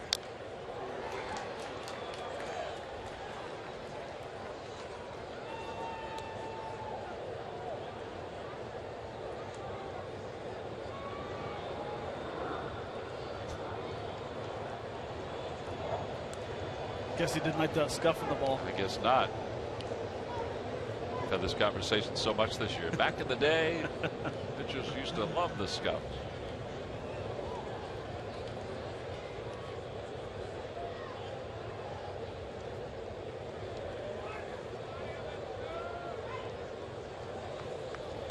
Back toward the middle, and Torres grabs it.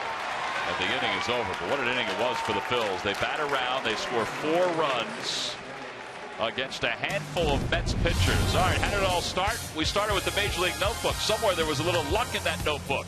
Ben Revere's triple scored 2. Freddie Galva scored 1. Chase Utley then reached base. And then the base hit by Franco gave the Phils the lead.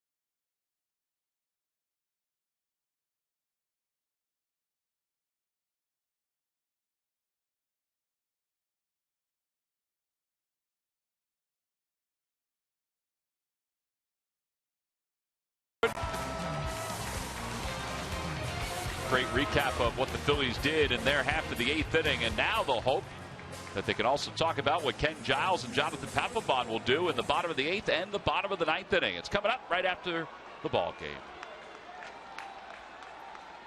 Speaking of Ken Giles, there he is. Giles will face Lucas Duda to start things off. Duda's 1 for 3 with an RBI and a run scored. First pitch, a slider inside and low. Hits the dirt, 1-0. Jeff Francoeur is in the ball game as part of a double switch. So Francoeur will bat 9th. He's due up 3rd. And Giles bats in Grady Sizemore's spot.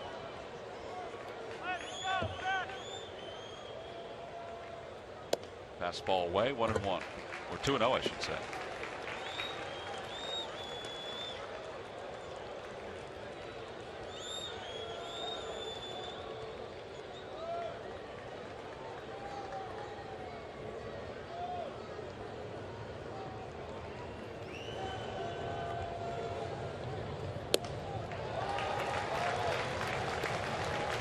Well, usually when Giles is in this point, he'll start to throw some sliders to get his motion down pat. He's already thrown 1 slider in the dirt, but those 2 fastballs were up. And he's behind 3 balls and no strikes. 96 on that fastball. Remember, we saw Giles in Washington this past weekend where he had the the cut on his thumb that was bleeding. I was talking to him about it yesterday, and he said that it's from when he throws a slider. I guess he throws it so hard that the nail clips the thumb as he goes through. He said it's fine. So is there anything you could do? He said, nope. 3 balls, 2 strikes. Fouls it away. And Bob McClure brought up a good point. He said, you know, if we tinker with anything at all, it may change the slider. I think Larry Anderson asked Bob McClure, could you cut the nail down? And Bob said, well, then that area of your finger is going to start to get irritated. 3-2 pitch. Inside.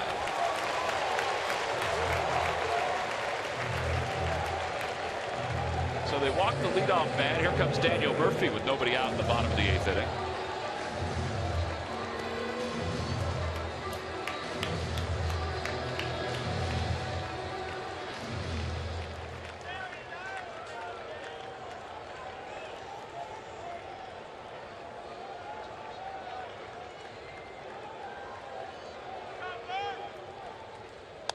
And that ball is pulled down the right field line. It's a fair ball going to the corner. Duda does not run all that well, but he's going to get to at least third. Brad Force stumbles, and they put the stop sign up.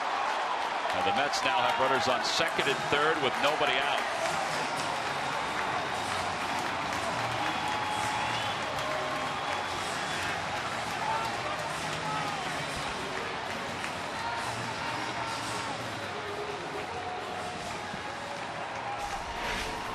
Murphy very aggressive first pitch. It's a fastball inside. Very short swing. Stays down the right field line.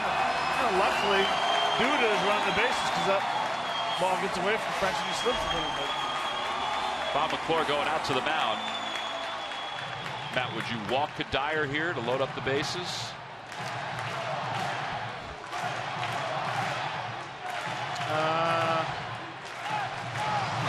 Dyer's had a pretty good night, couple of knocks.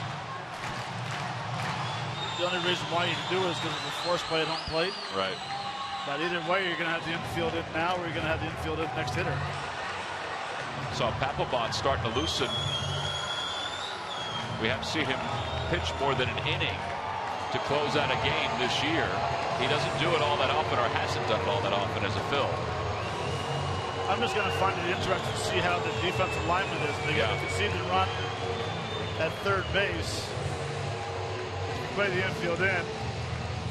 You get one of those little Texas Lakers over your head. Next thing you know, you're down by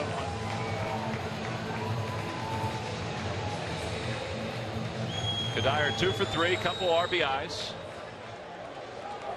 Infield's going to play double play depth, knowing that Duda will only go on maybe a chopper or a ball through the infield.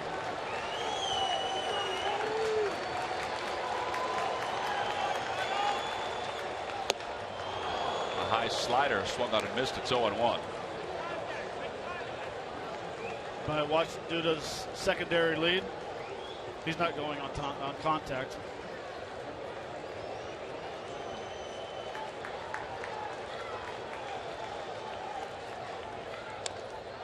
Another good slider. Actually, that one was better than the first one.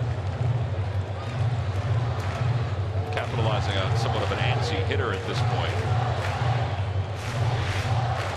Very good slider down in the zone. Bottom drops out of it.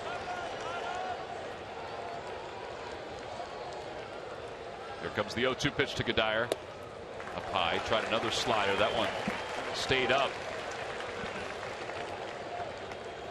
The combination of Giles and Papelbon has really been so good for the Phillies this year. Even at the end of last year, dominant. Let's see if they can be dominant again.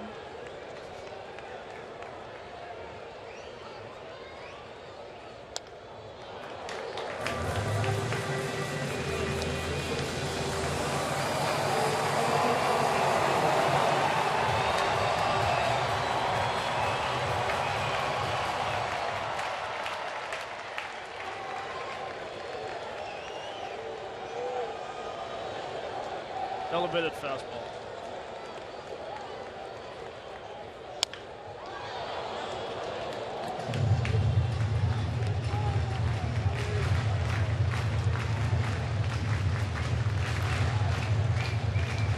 4 straight sliders.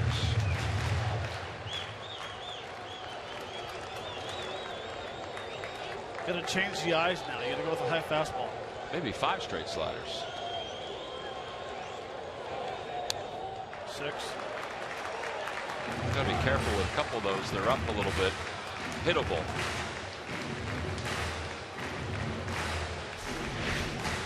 This is a slide. It just kind of slides a little bit. But you're right. You have to be careful because you've been in the same area. Unless you can drop them low in the dirt.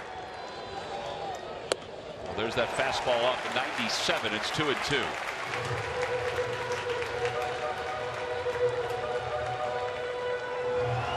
Toyota Major League scoreboard. The Nationals and the Cubs have tied up at 2. Chris Bryant, his 2nd straight day where he's hit a home run. He's now at 7. I guess it wasn't too early to bring him up. Might have been too late for him. Yeah. He might have 20 by now.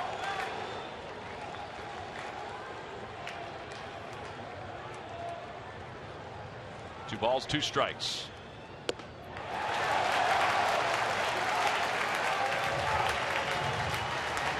Maybe that's the reason why he's been throwing a lot of sliders. Duda's at 3rd. Murphy's at 2nd. Flores on deck. And Kadire is the problem right now for Ken Giles. With the Phillies down 3-0 for most of this game. Scored 4 in the 8th. Lead it by 1.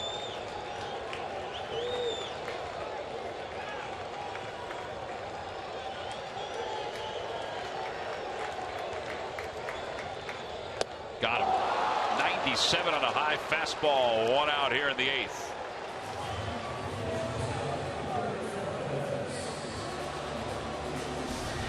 Good fastball, borderline. But Kadire is kind of in that mode of sitting on slider trying to foul him off. His foot's almost still in the air by the time he swings. That's why the good high elevated fastball is hard to lay off because you're protected on the slider. Well, here's Flores now. Same alignment for the defense.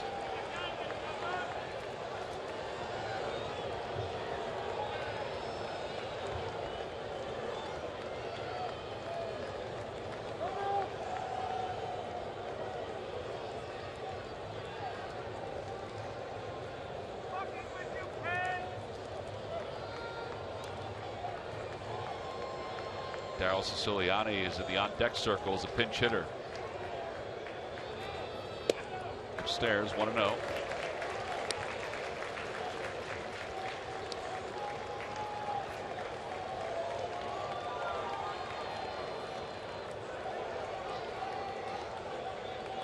This chance is a pretty good chance that Duda's going to be going on contact.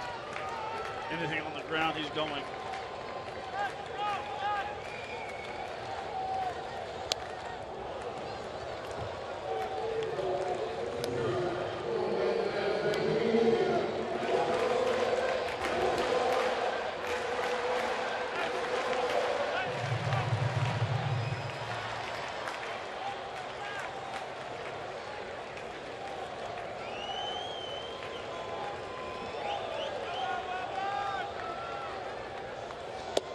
Inside, and now it's 2-1.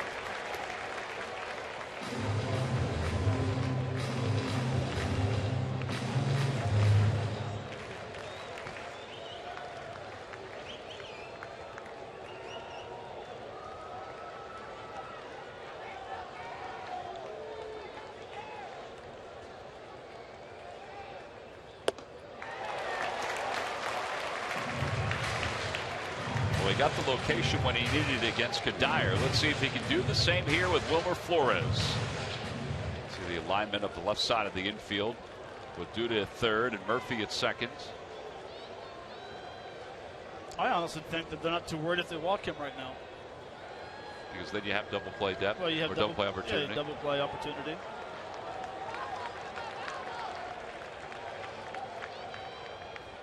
Well, he chased.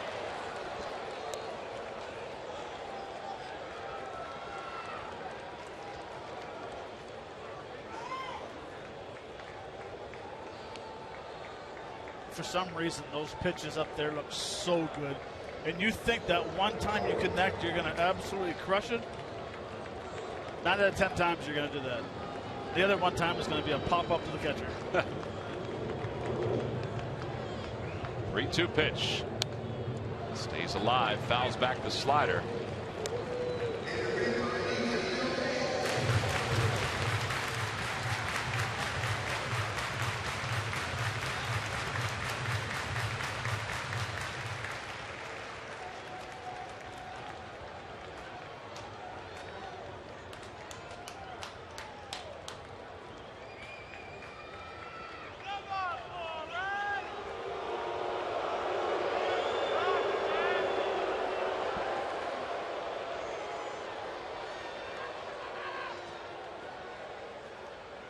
Well, Papelbon should be ready in the pen if you decide to go with him.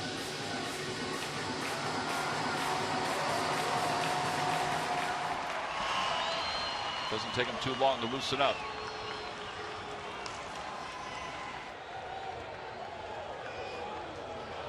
Three-two pitch coming to Flores. And a liner out towards center field. Herrera coming on. He makes the catch. Tagging from third is Duda. The throw to the plate is cut off. And we're tied up at 4.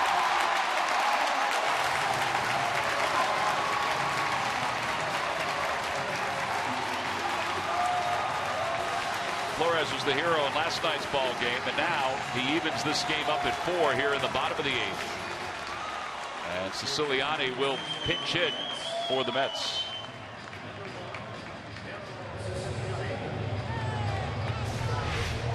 Well, it's a good adjustment from the pitch before it shortens up. He gets the fastball down the zone and hits the big part of the field to get a sac fly. So a 4-4 game here in the bottom of the 8th inning. Murphy tagged and went to third.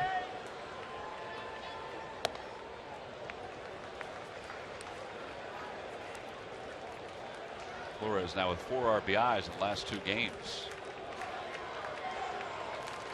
Maurice Familia, who will come on and pitch the top of the 9th inning one way or another.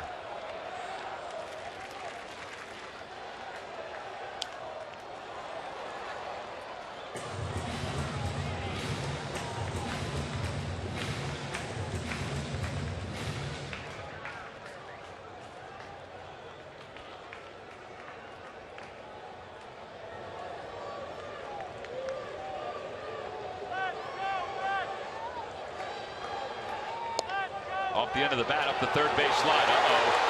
Franco's throw is in time. What a play by Maikel Franco. With the go-ahead run at third, he bare hands and fires off balance in time to get Siciliani. And the side is retired. Yep, the Mets do draw even, but this is a wonderful play to keep it at 4-4. Got it there just in time, and we'll head to the 9th inning.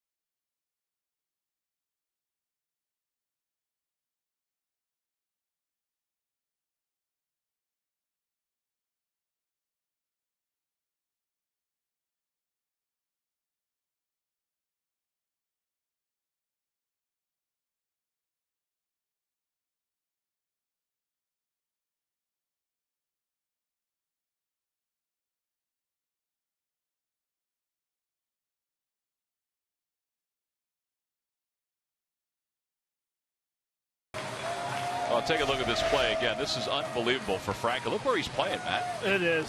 What I like about it is off balance right here and the strong throw he makes. And also a very nice celebration at the very end of it. But, I mean, full speed, strong throw right on the money. Very nice play.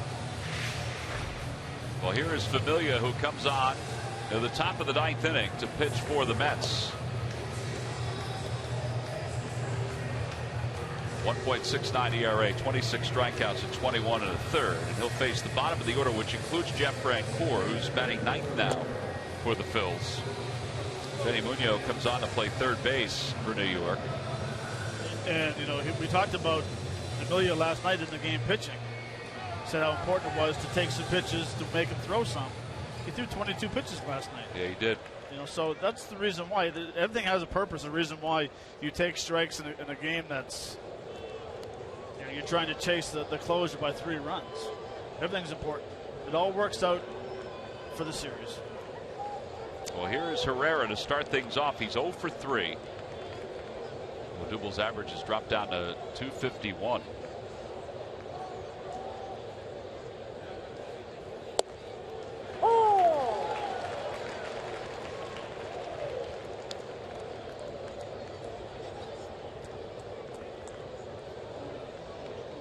Familia yesterday hit 100 on a couple of his pitches. Outside, 1 ball, 1 strike.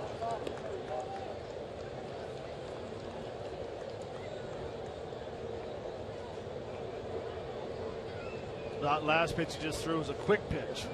Doesn't allow the hitters to get a chance to get set.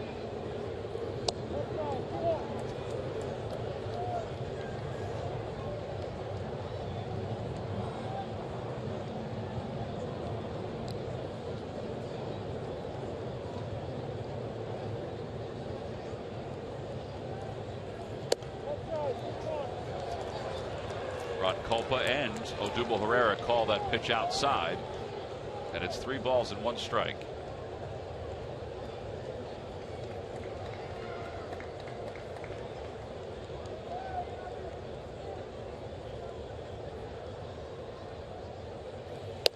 And ball 4. Boy, the Phillies needed a base runner, and they got it. Herrera is aboard with a leadoff walk. Ruiz coming up, Francoeur on deck. Manage along here, Matt. What are you thinking?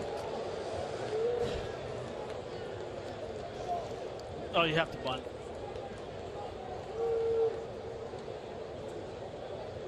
Now, he's not the easiest guy to bunt against.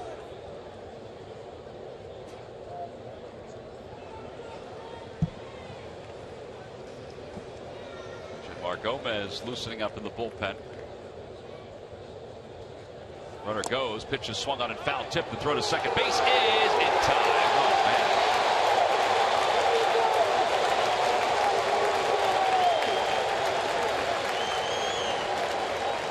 I don't know if Herrera thinks he's safe or not. Ryan Sandberg's coming up out of the dugout. Herrera is going to stay at second base. And he's out.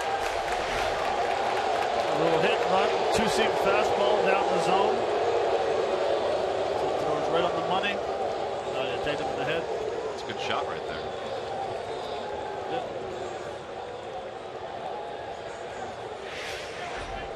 So 0-1 with 1 out here in the top of the 9th inning.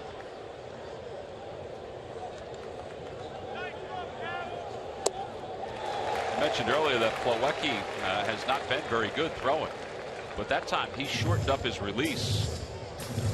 It also helps that the pitcher throws 100.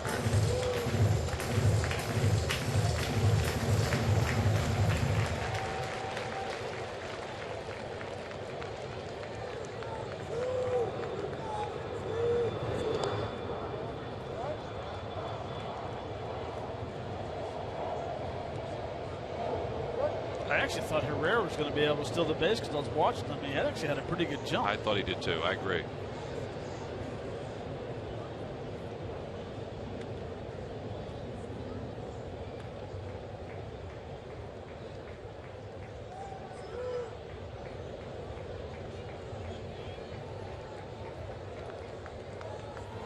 Back toward the middle, and it sneaks into center field, a base hit.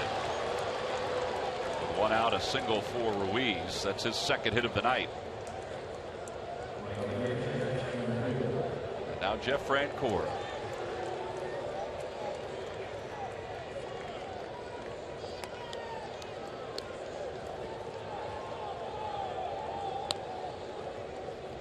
Francoeur's numbers: 3 home runs, 13 runs batted in.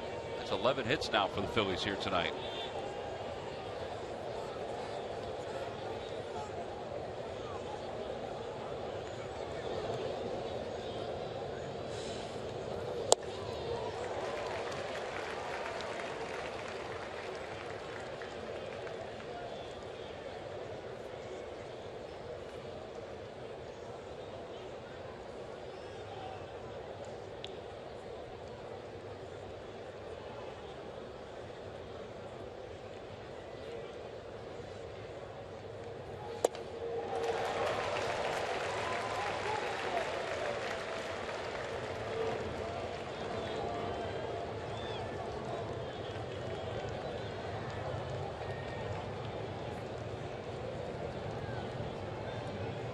Interesting to see how they changed. They weren't holding Chuch on at first base the first 2 pitches. Now they are.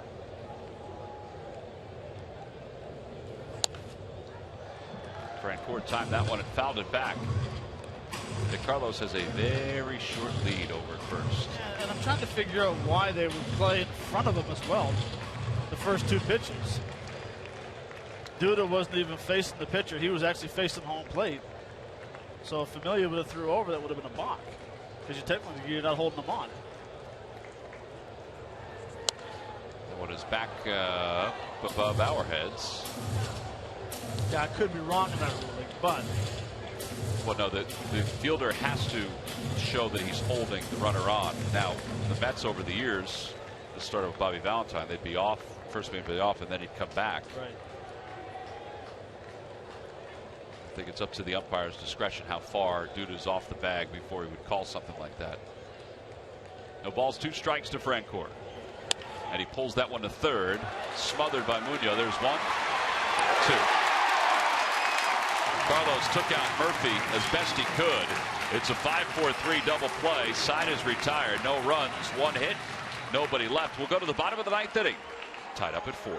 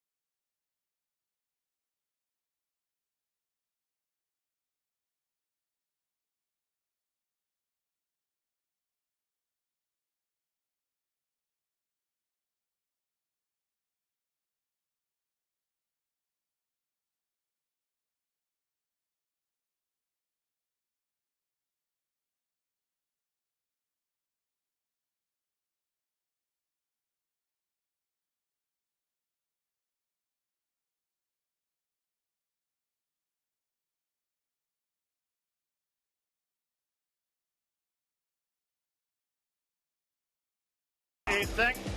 Franco facing Torres. Come up with a big knock to left field. Marshall Freddie Galvin score.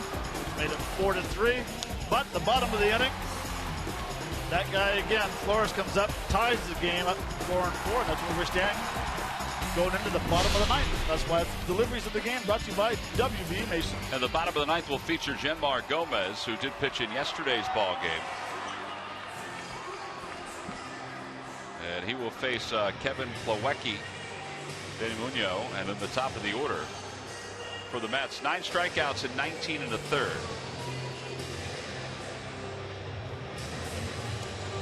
Gomez in yesterday's ball game threw 22 pitches. 8 the day before. So this is 3 straight days for Gomez.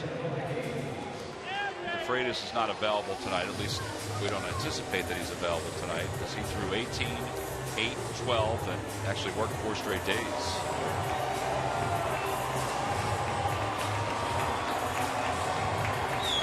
Now they weren't sure about Diekman, although Diekman's thrown the last couple of days. He usually can bounce back.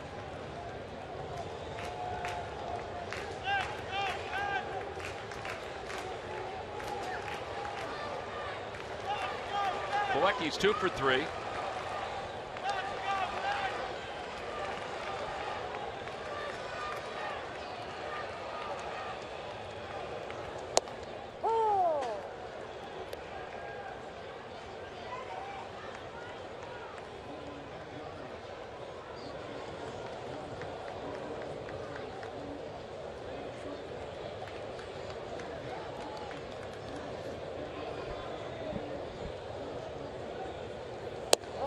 Outside, just by a margin. Yeah, and the amount that Gomez's ball moves, Chooch has to say stay with that ball. Don't give up on it early for the umpire.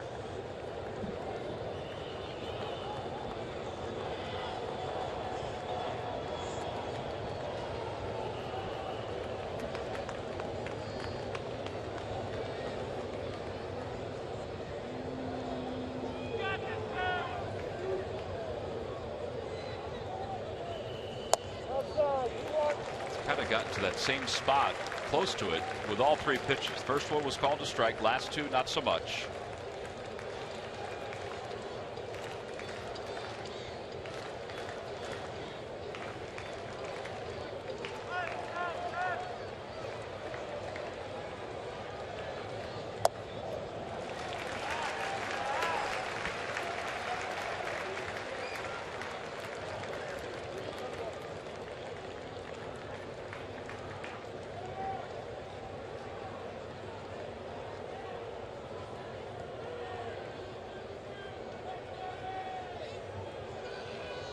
Chopper over to third. Backing up on it is Franco. Plenty of arm to still throw him out.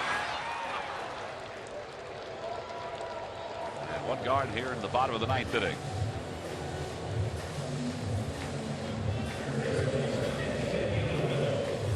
Danny Munoz now is the batter. Up for the first time. He's one of a couple of guys trying to fill in at third base for the injured David Wright. Mets don't know when Wright will be back. First it was a hamstring, now it's a back problem. 1 ball, no strikes. Phillies will have the top of the order in the top of the 10th inning, and there's nobody warming up in the Mets bullpen. So even though Familia threw 20 yesterday, looks like he's going to pitch the top of the 10th if there is a top of the 10th.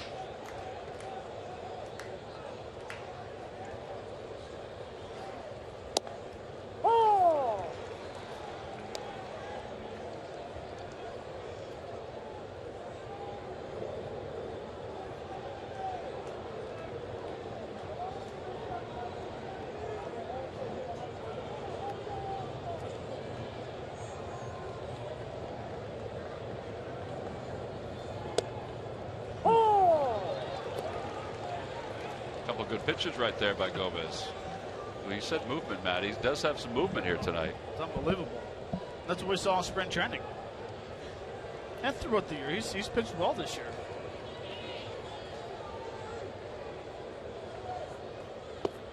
Throws a changeup, and now it's 2-2.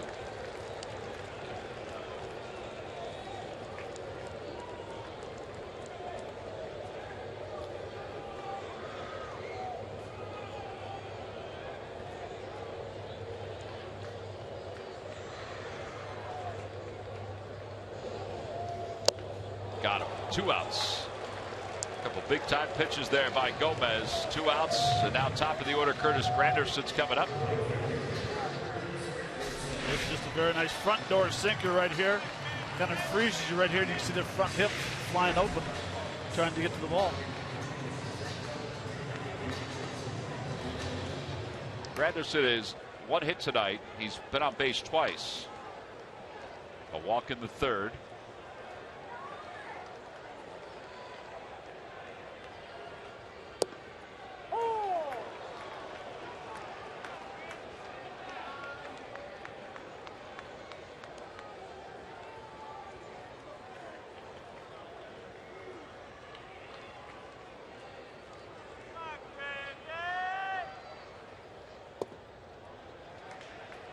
Phillies will have the top of the order in the top of the 10th inning. Revere, Galvis, Utley.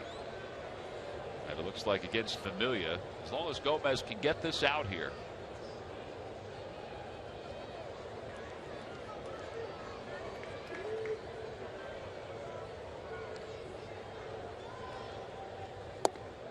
Bit low, and it's 2-1.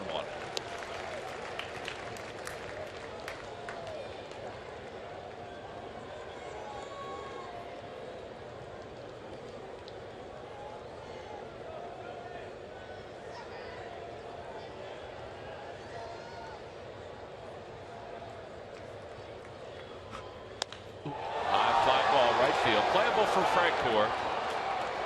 He waits. And we're going extra innings. A 1-2-3 ninth inning for Genmar Gomez. Nothing across for the Mets to the top of the 10th, where Ben Revere will try to get things started for the Phillies.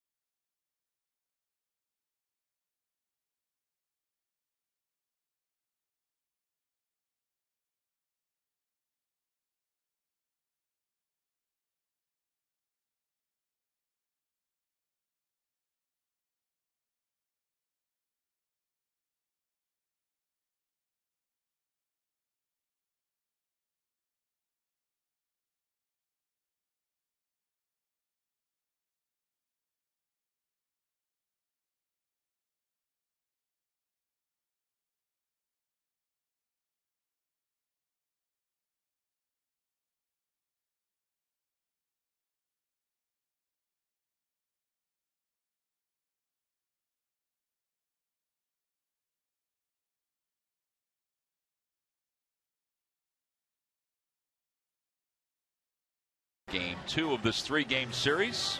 Phillies haven't played a whole lot of extra inning games, nor have the Mets. Phillies are 1-1. The Mets are 1-0. I think last year at this point we were cruising. One extra inning game after another. Back-to-back 15-inning games. Yeah. At home. Well, Ben Revere will lead it off. It will be Familia who will continue after 14 pitches in the 9th inning.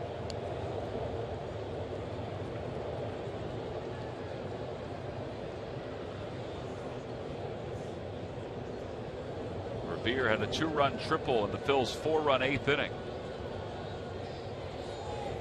Takes a fastball. It's 0-1.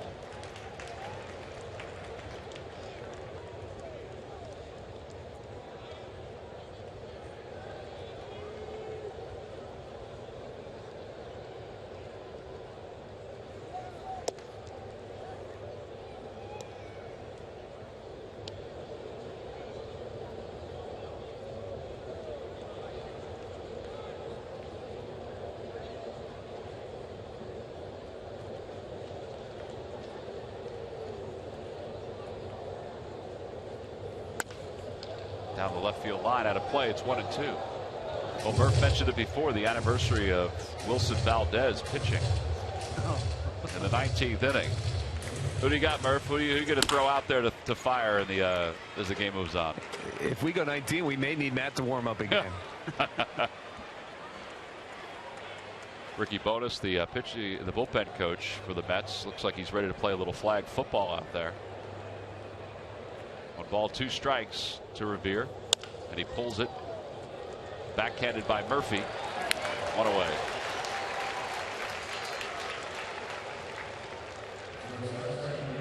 And now Galvis, who singled his last time up, 1 for 4.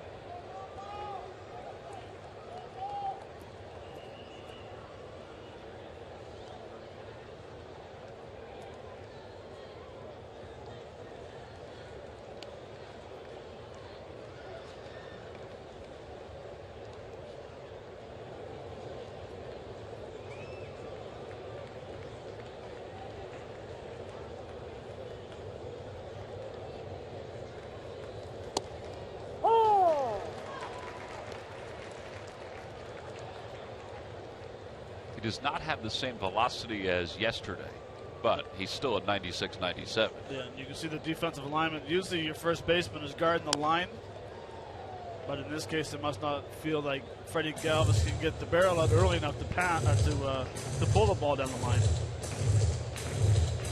Granderson's still playing deep in right field.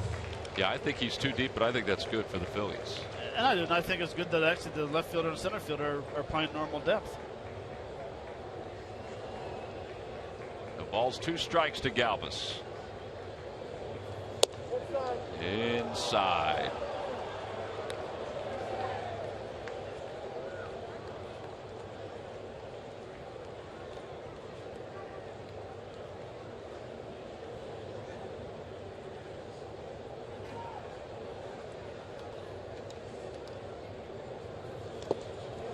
Swing and a miss. And Galvis is thrown out by the catcher. 2 outs. Well, we flash back. Murph talked about it before. Wilson Valdez got Joey Votto on a high fly ball. Michael Martinez makes the catch. Scott Rowland hit by the pitch. It happens. Jay Bruce a little too aggressive. Martinez again. And then Fisher. He wasn't happy about that. He's the other pitcher. Fisher tuckered out in that ball game.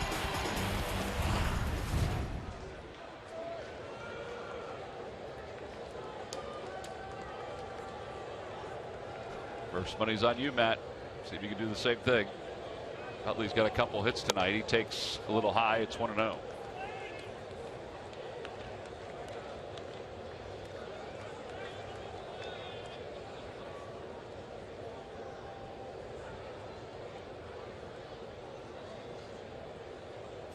Nice time to visit Utley's corner, wouldn't it? Oh, great call.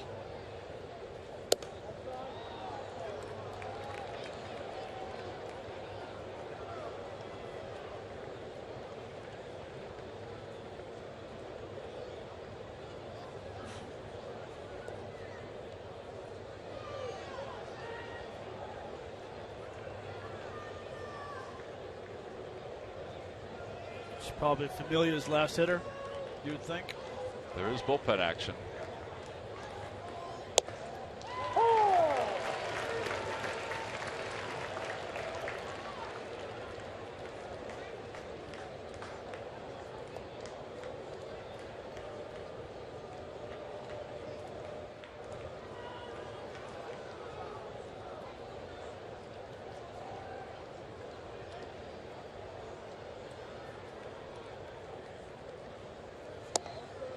Three balls, 1 strike to Chase. Ryan Howard's on deck.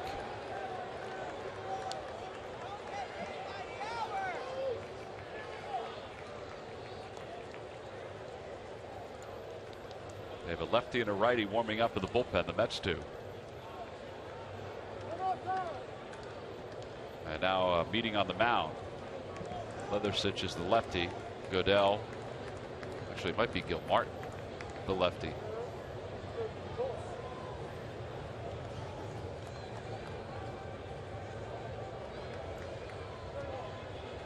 It is Goodell and Leathersich, not Gil Martin. Larry Boa. And now the 3-1 pitch coming to Chase. Low ball 4. He's aboard for Ryan Howard.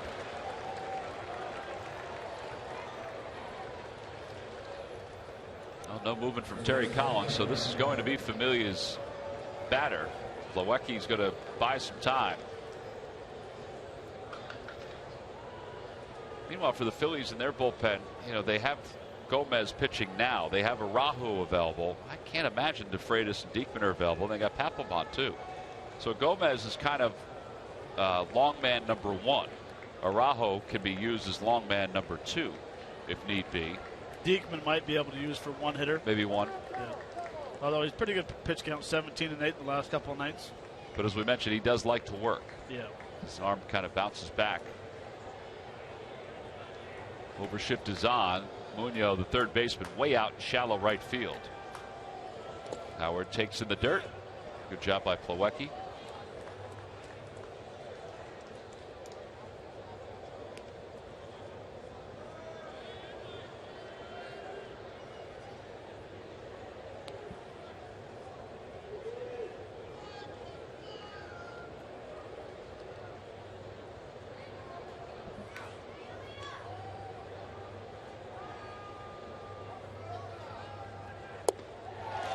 Dropped one in there on him. It's 1 ball, 2 strikes. Or 1 ball, 1 strike, excuse me.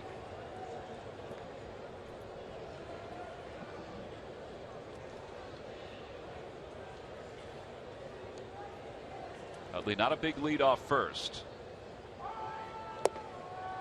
Good hold, same pitch, and he held up on it that time. It's 2-1.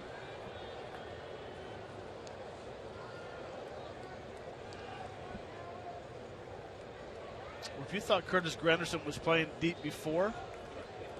Yeah, he's visiting the bullpen at this point. Yeah, I mean, any ball hit over his head is second deck.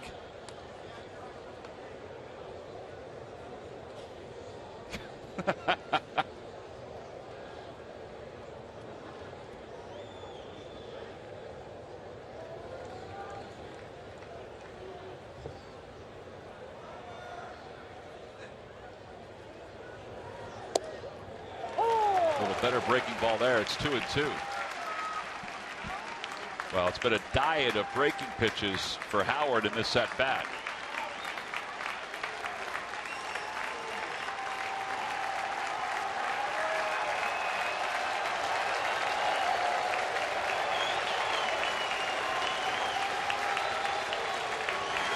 Quick toss over to first.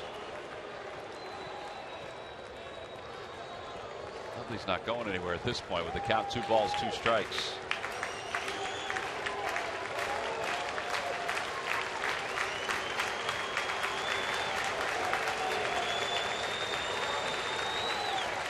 He does go.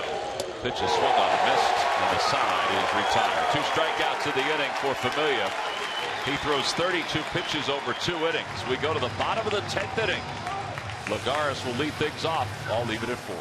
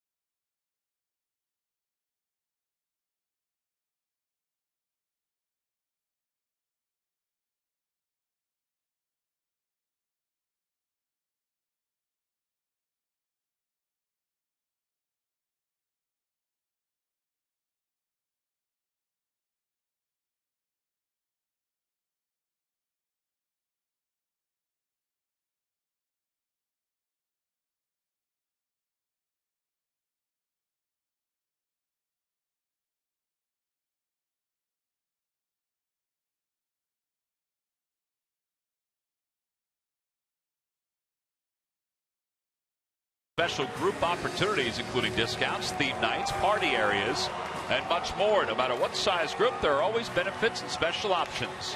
For more information, check out Phillies.com/group tickets. Home half of the 10th inning. We're tied at 4. Juan Lagares will lead things off against Yanmar Gomez. Lagares been on base twice. He's 0 for 3.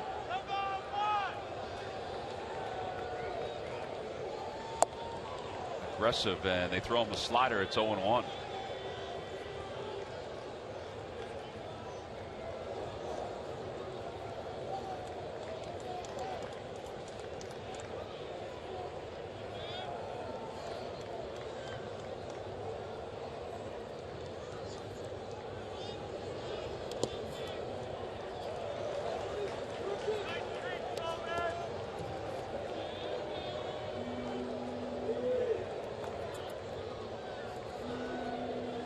See if Gomez can duplicate what he did in the 9th inning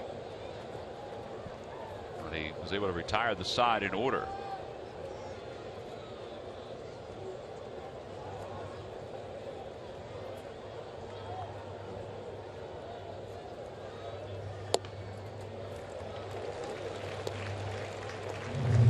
They do have Araujo warming up in the bullpen. That may be for Duda. It'll be Duda and Murphy after Lagares.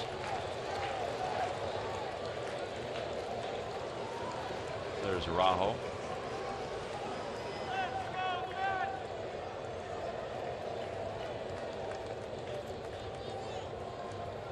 Back toward the middle of base hit.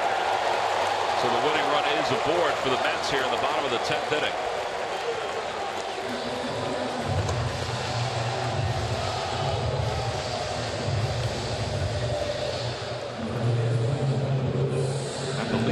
Do a double switch here, which means Ruff is probably going to come in to play first base for Howard. He's up at the top step. Lineup card is in his hand, so here he goes to the home plate umpire, Ron Culpa. They have to bring in the left-hander Araujo, and he's going to have to be a long man. So that's why you need a double switch here. And Ruff will commit, even though you hate taking Howard's bat out of the lineup at this point. So a pitching change. Jeanmar Gomez goes 1+. He allows 1 hit. He is responsible for the base runner over at first. We'll be back right after this.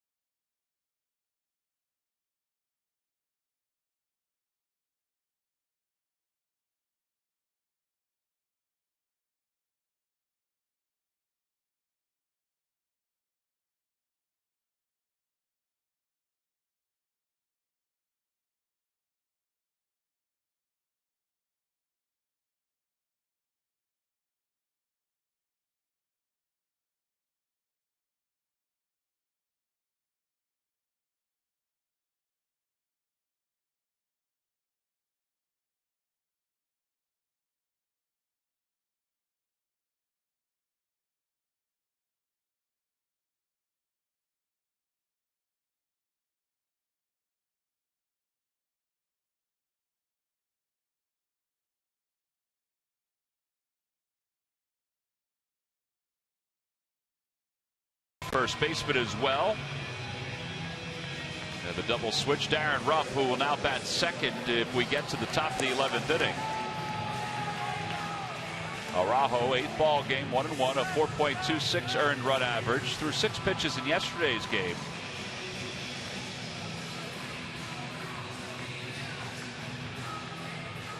And he's on to face Lucas Duda. Now lefties in a small sample size are hitting .375 against him.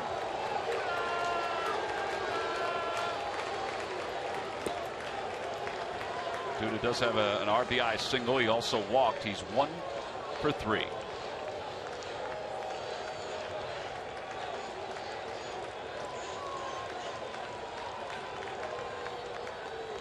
Inside, 1-0. You do run the risk with the inexperienced Araujo, where he could be a little wild in this sort of tense spot. Look at those numbers against lefties, Matt. 391.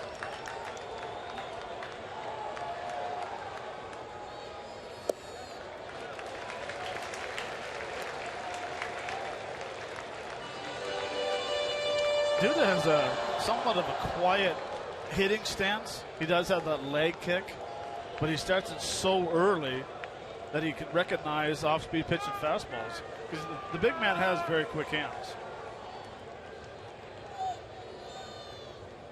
Inside, they do check. No swing. It's 3-0. Well, is the big man taken here, 3-0? No chance. That'd be a terrible manager.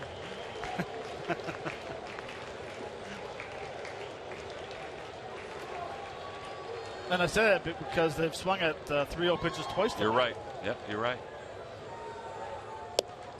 Looks like he did have the green light, but he took it. It's 3-1. You got to look one spot. His strength is inner half. I always liked swinging 3-0 because you either try to hit as far as you can, close to the foul pole in right field. Lagares leads off first.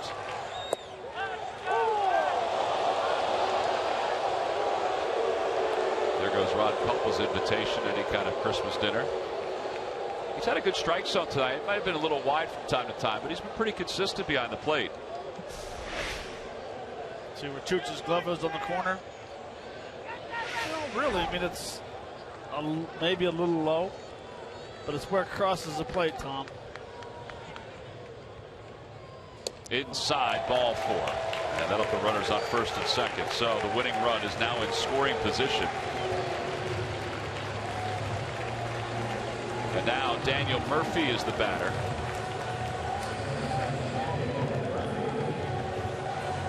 Chase Utley, Freddie Galvis in to interpret for Araujo.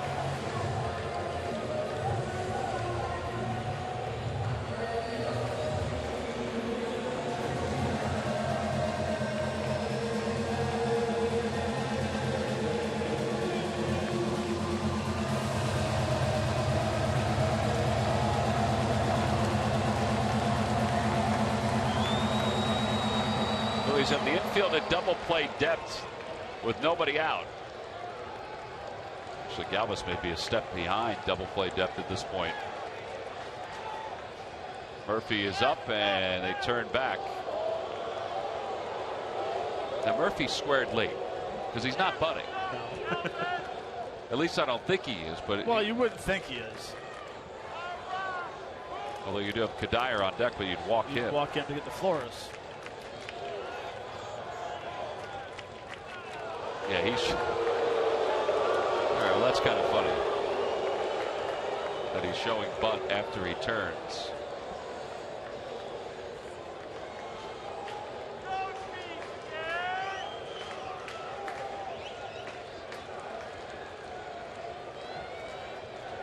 Runners take their lead.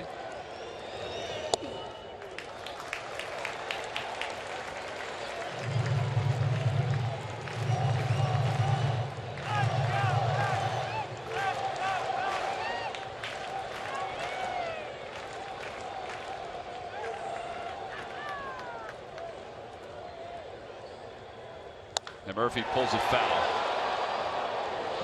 Well, I guess he guessed the right spot on that one. Was a little too quick, and it's 1 ball and 1 strike.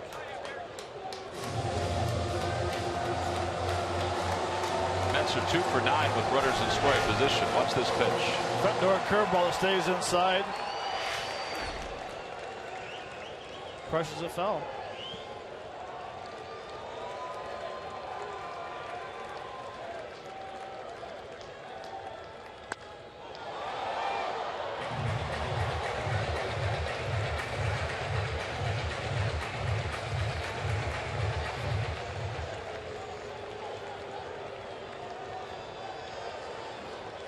Phillies would love a double play here.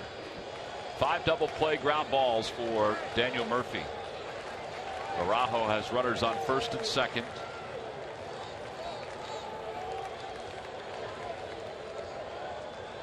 And the 1-2 pitch coming to Murphy. Inside 2-2.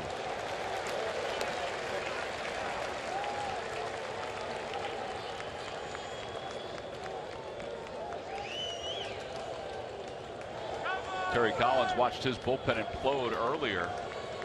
Ryan Sandberg has used his bullpen a lot recently. It's 2 balls and 2 strikes to Murphy. And he chops it foul off his foot.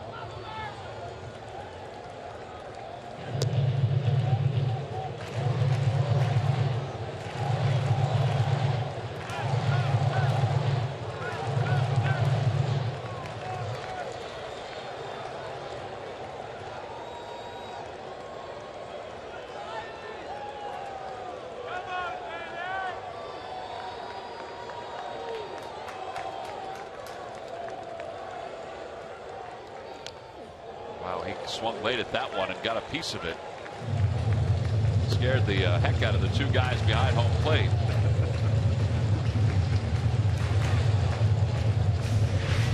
It almost actually hit Murphy in the thumbs.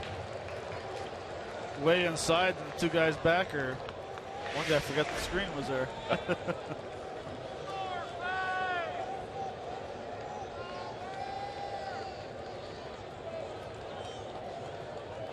Once again, the 2-2 pitch. Chopper right side. Utley's got it. Flips to second for one. Over to first in time. A 4-6-3 double play.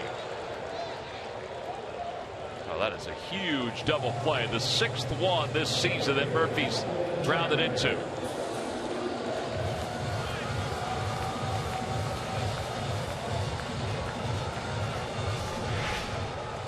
Good battle going on. Nice fastball away. Smothers it. It's an easy 6-4-3 double play. I'm sorry, 4-6-3. Perfect feed. Got rid of it quick. Good timing. Yeah, Galvis went right after the base runner. Usually it's the base runner going right after the infielder, but he went right after him, getting that throw over. So now with the runner at third, Kadyr's up. He takes in the dirt. Good job by Ruiz with the runner at third. The winning run. 1 ball, no strikes.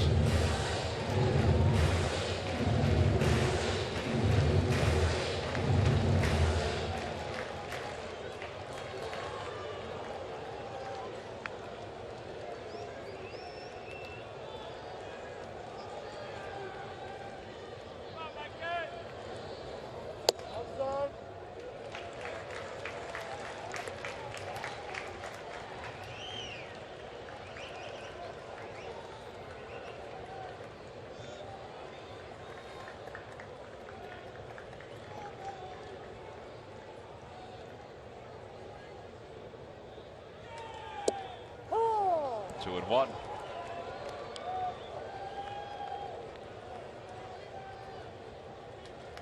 Kadir had a 2-run single in the third. Ryan Sandberg decided to go after him here with a count 2 balls and 1 strike. He's got a runner over at third base with 2 men down.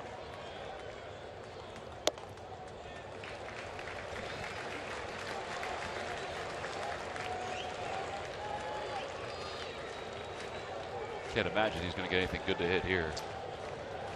No, you wouldn't think. I mean, he's probably getting off-speed pitch. Kadir starting to swing the bat pretty well. Then again, the guy on deck swinging the bat well. As well. Way outside, ball 4.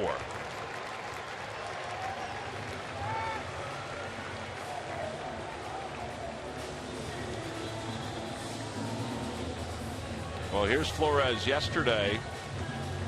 Or here's Flores coming to the plate, and yesterday his 3-run home run was the difference in the game. Yeah, they came across to Freitas. A fastball out over the plate. Oh, hit the left field, and he knew it. But it's skipping to first base. I don't know how he knew it. I really didn't know if that ball was going to leave the yard or not. But he hit it, so he probably felt it. All right, Ryan Sandberg out to the mound to chat with everybody, including Araujo. What is the thought here? Do you want to face Mayberry instead of Flores? No, I'm thinking they're talking about defensive lineman for a stolen base. Okay. Who's holding? Nobody's covering. We're not throwing through. Right, they're going to let him go. Yeah, you let him go. Because that run does not matter at all at first base. Darren might play him behind first base.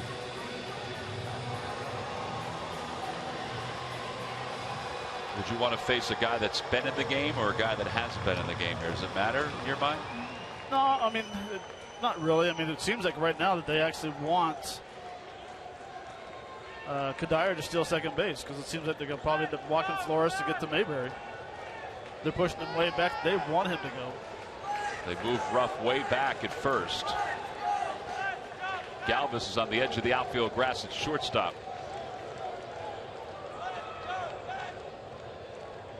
Kadir goes upstairs, 1-0.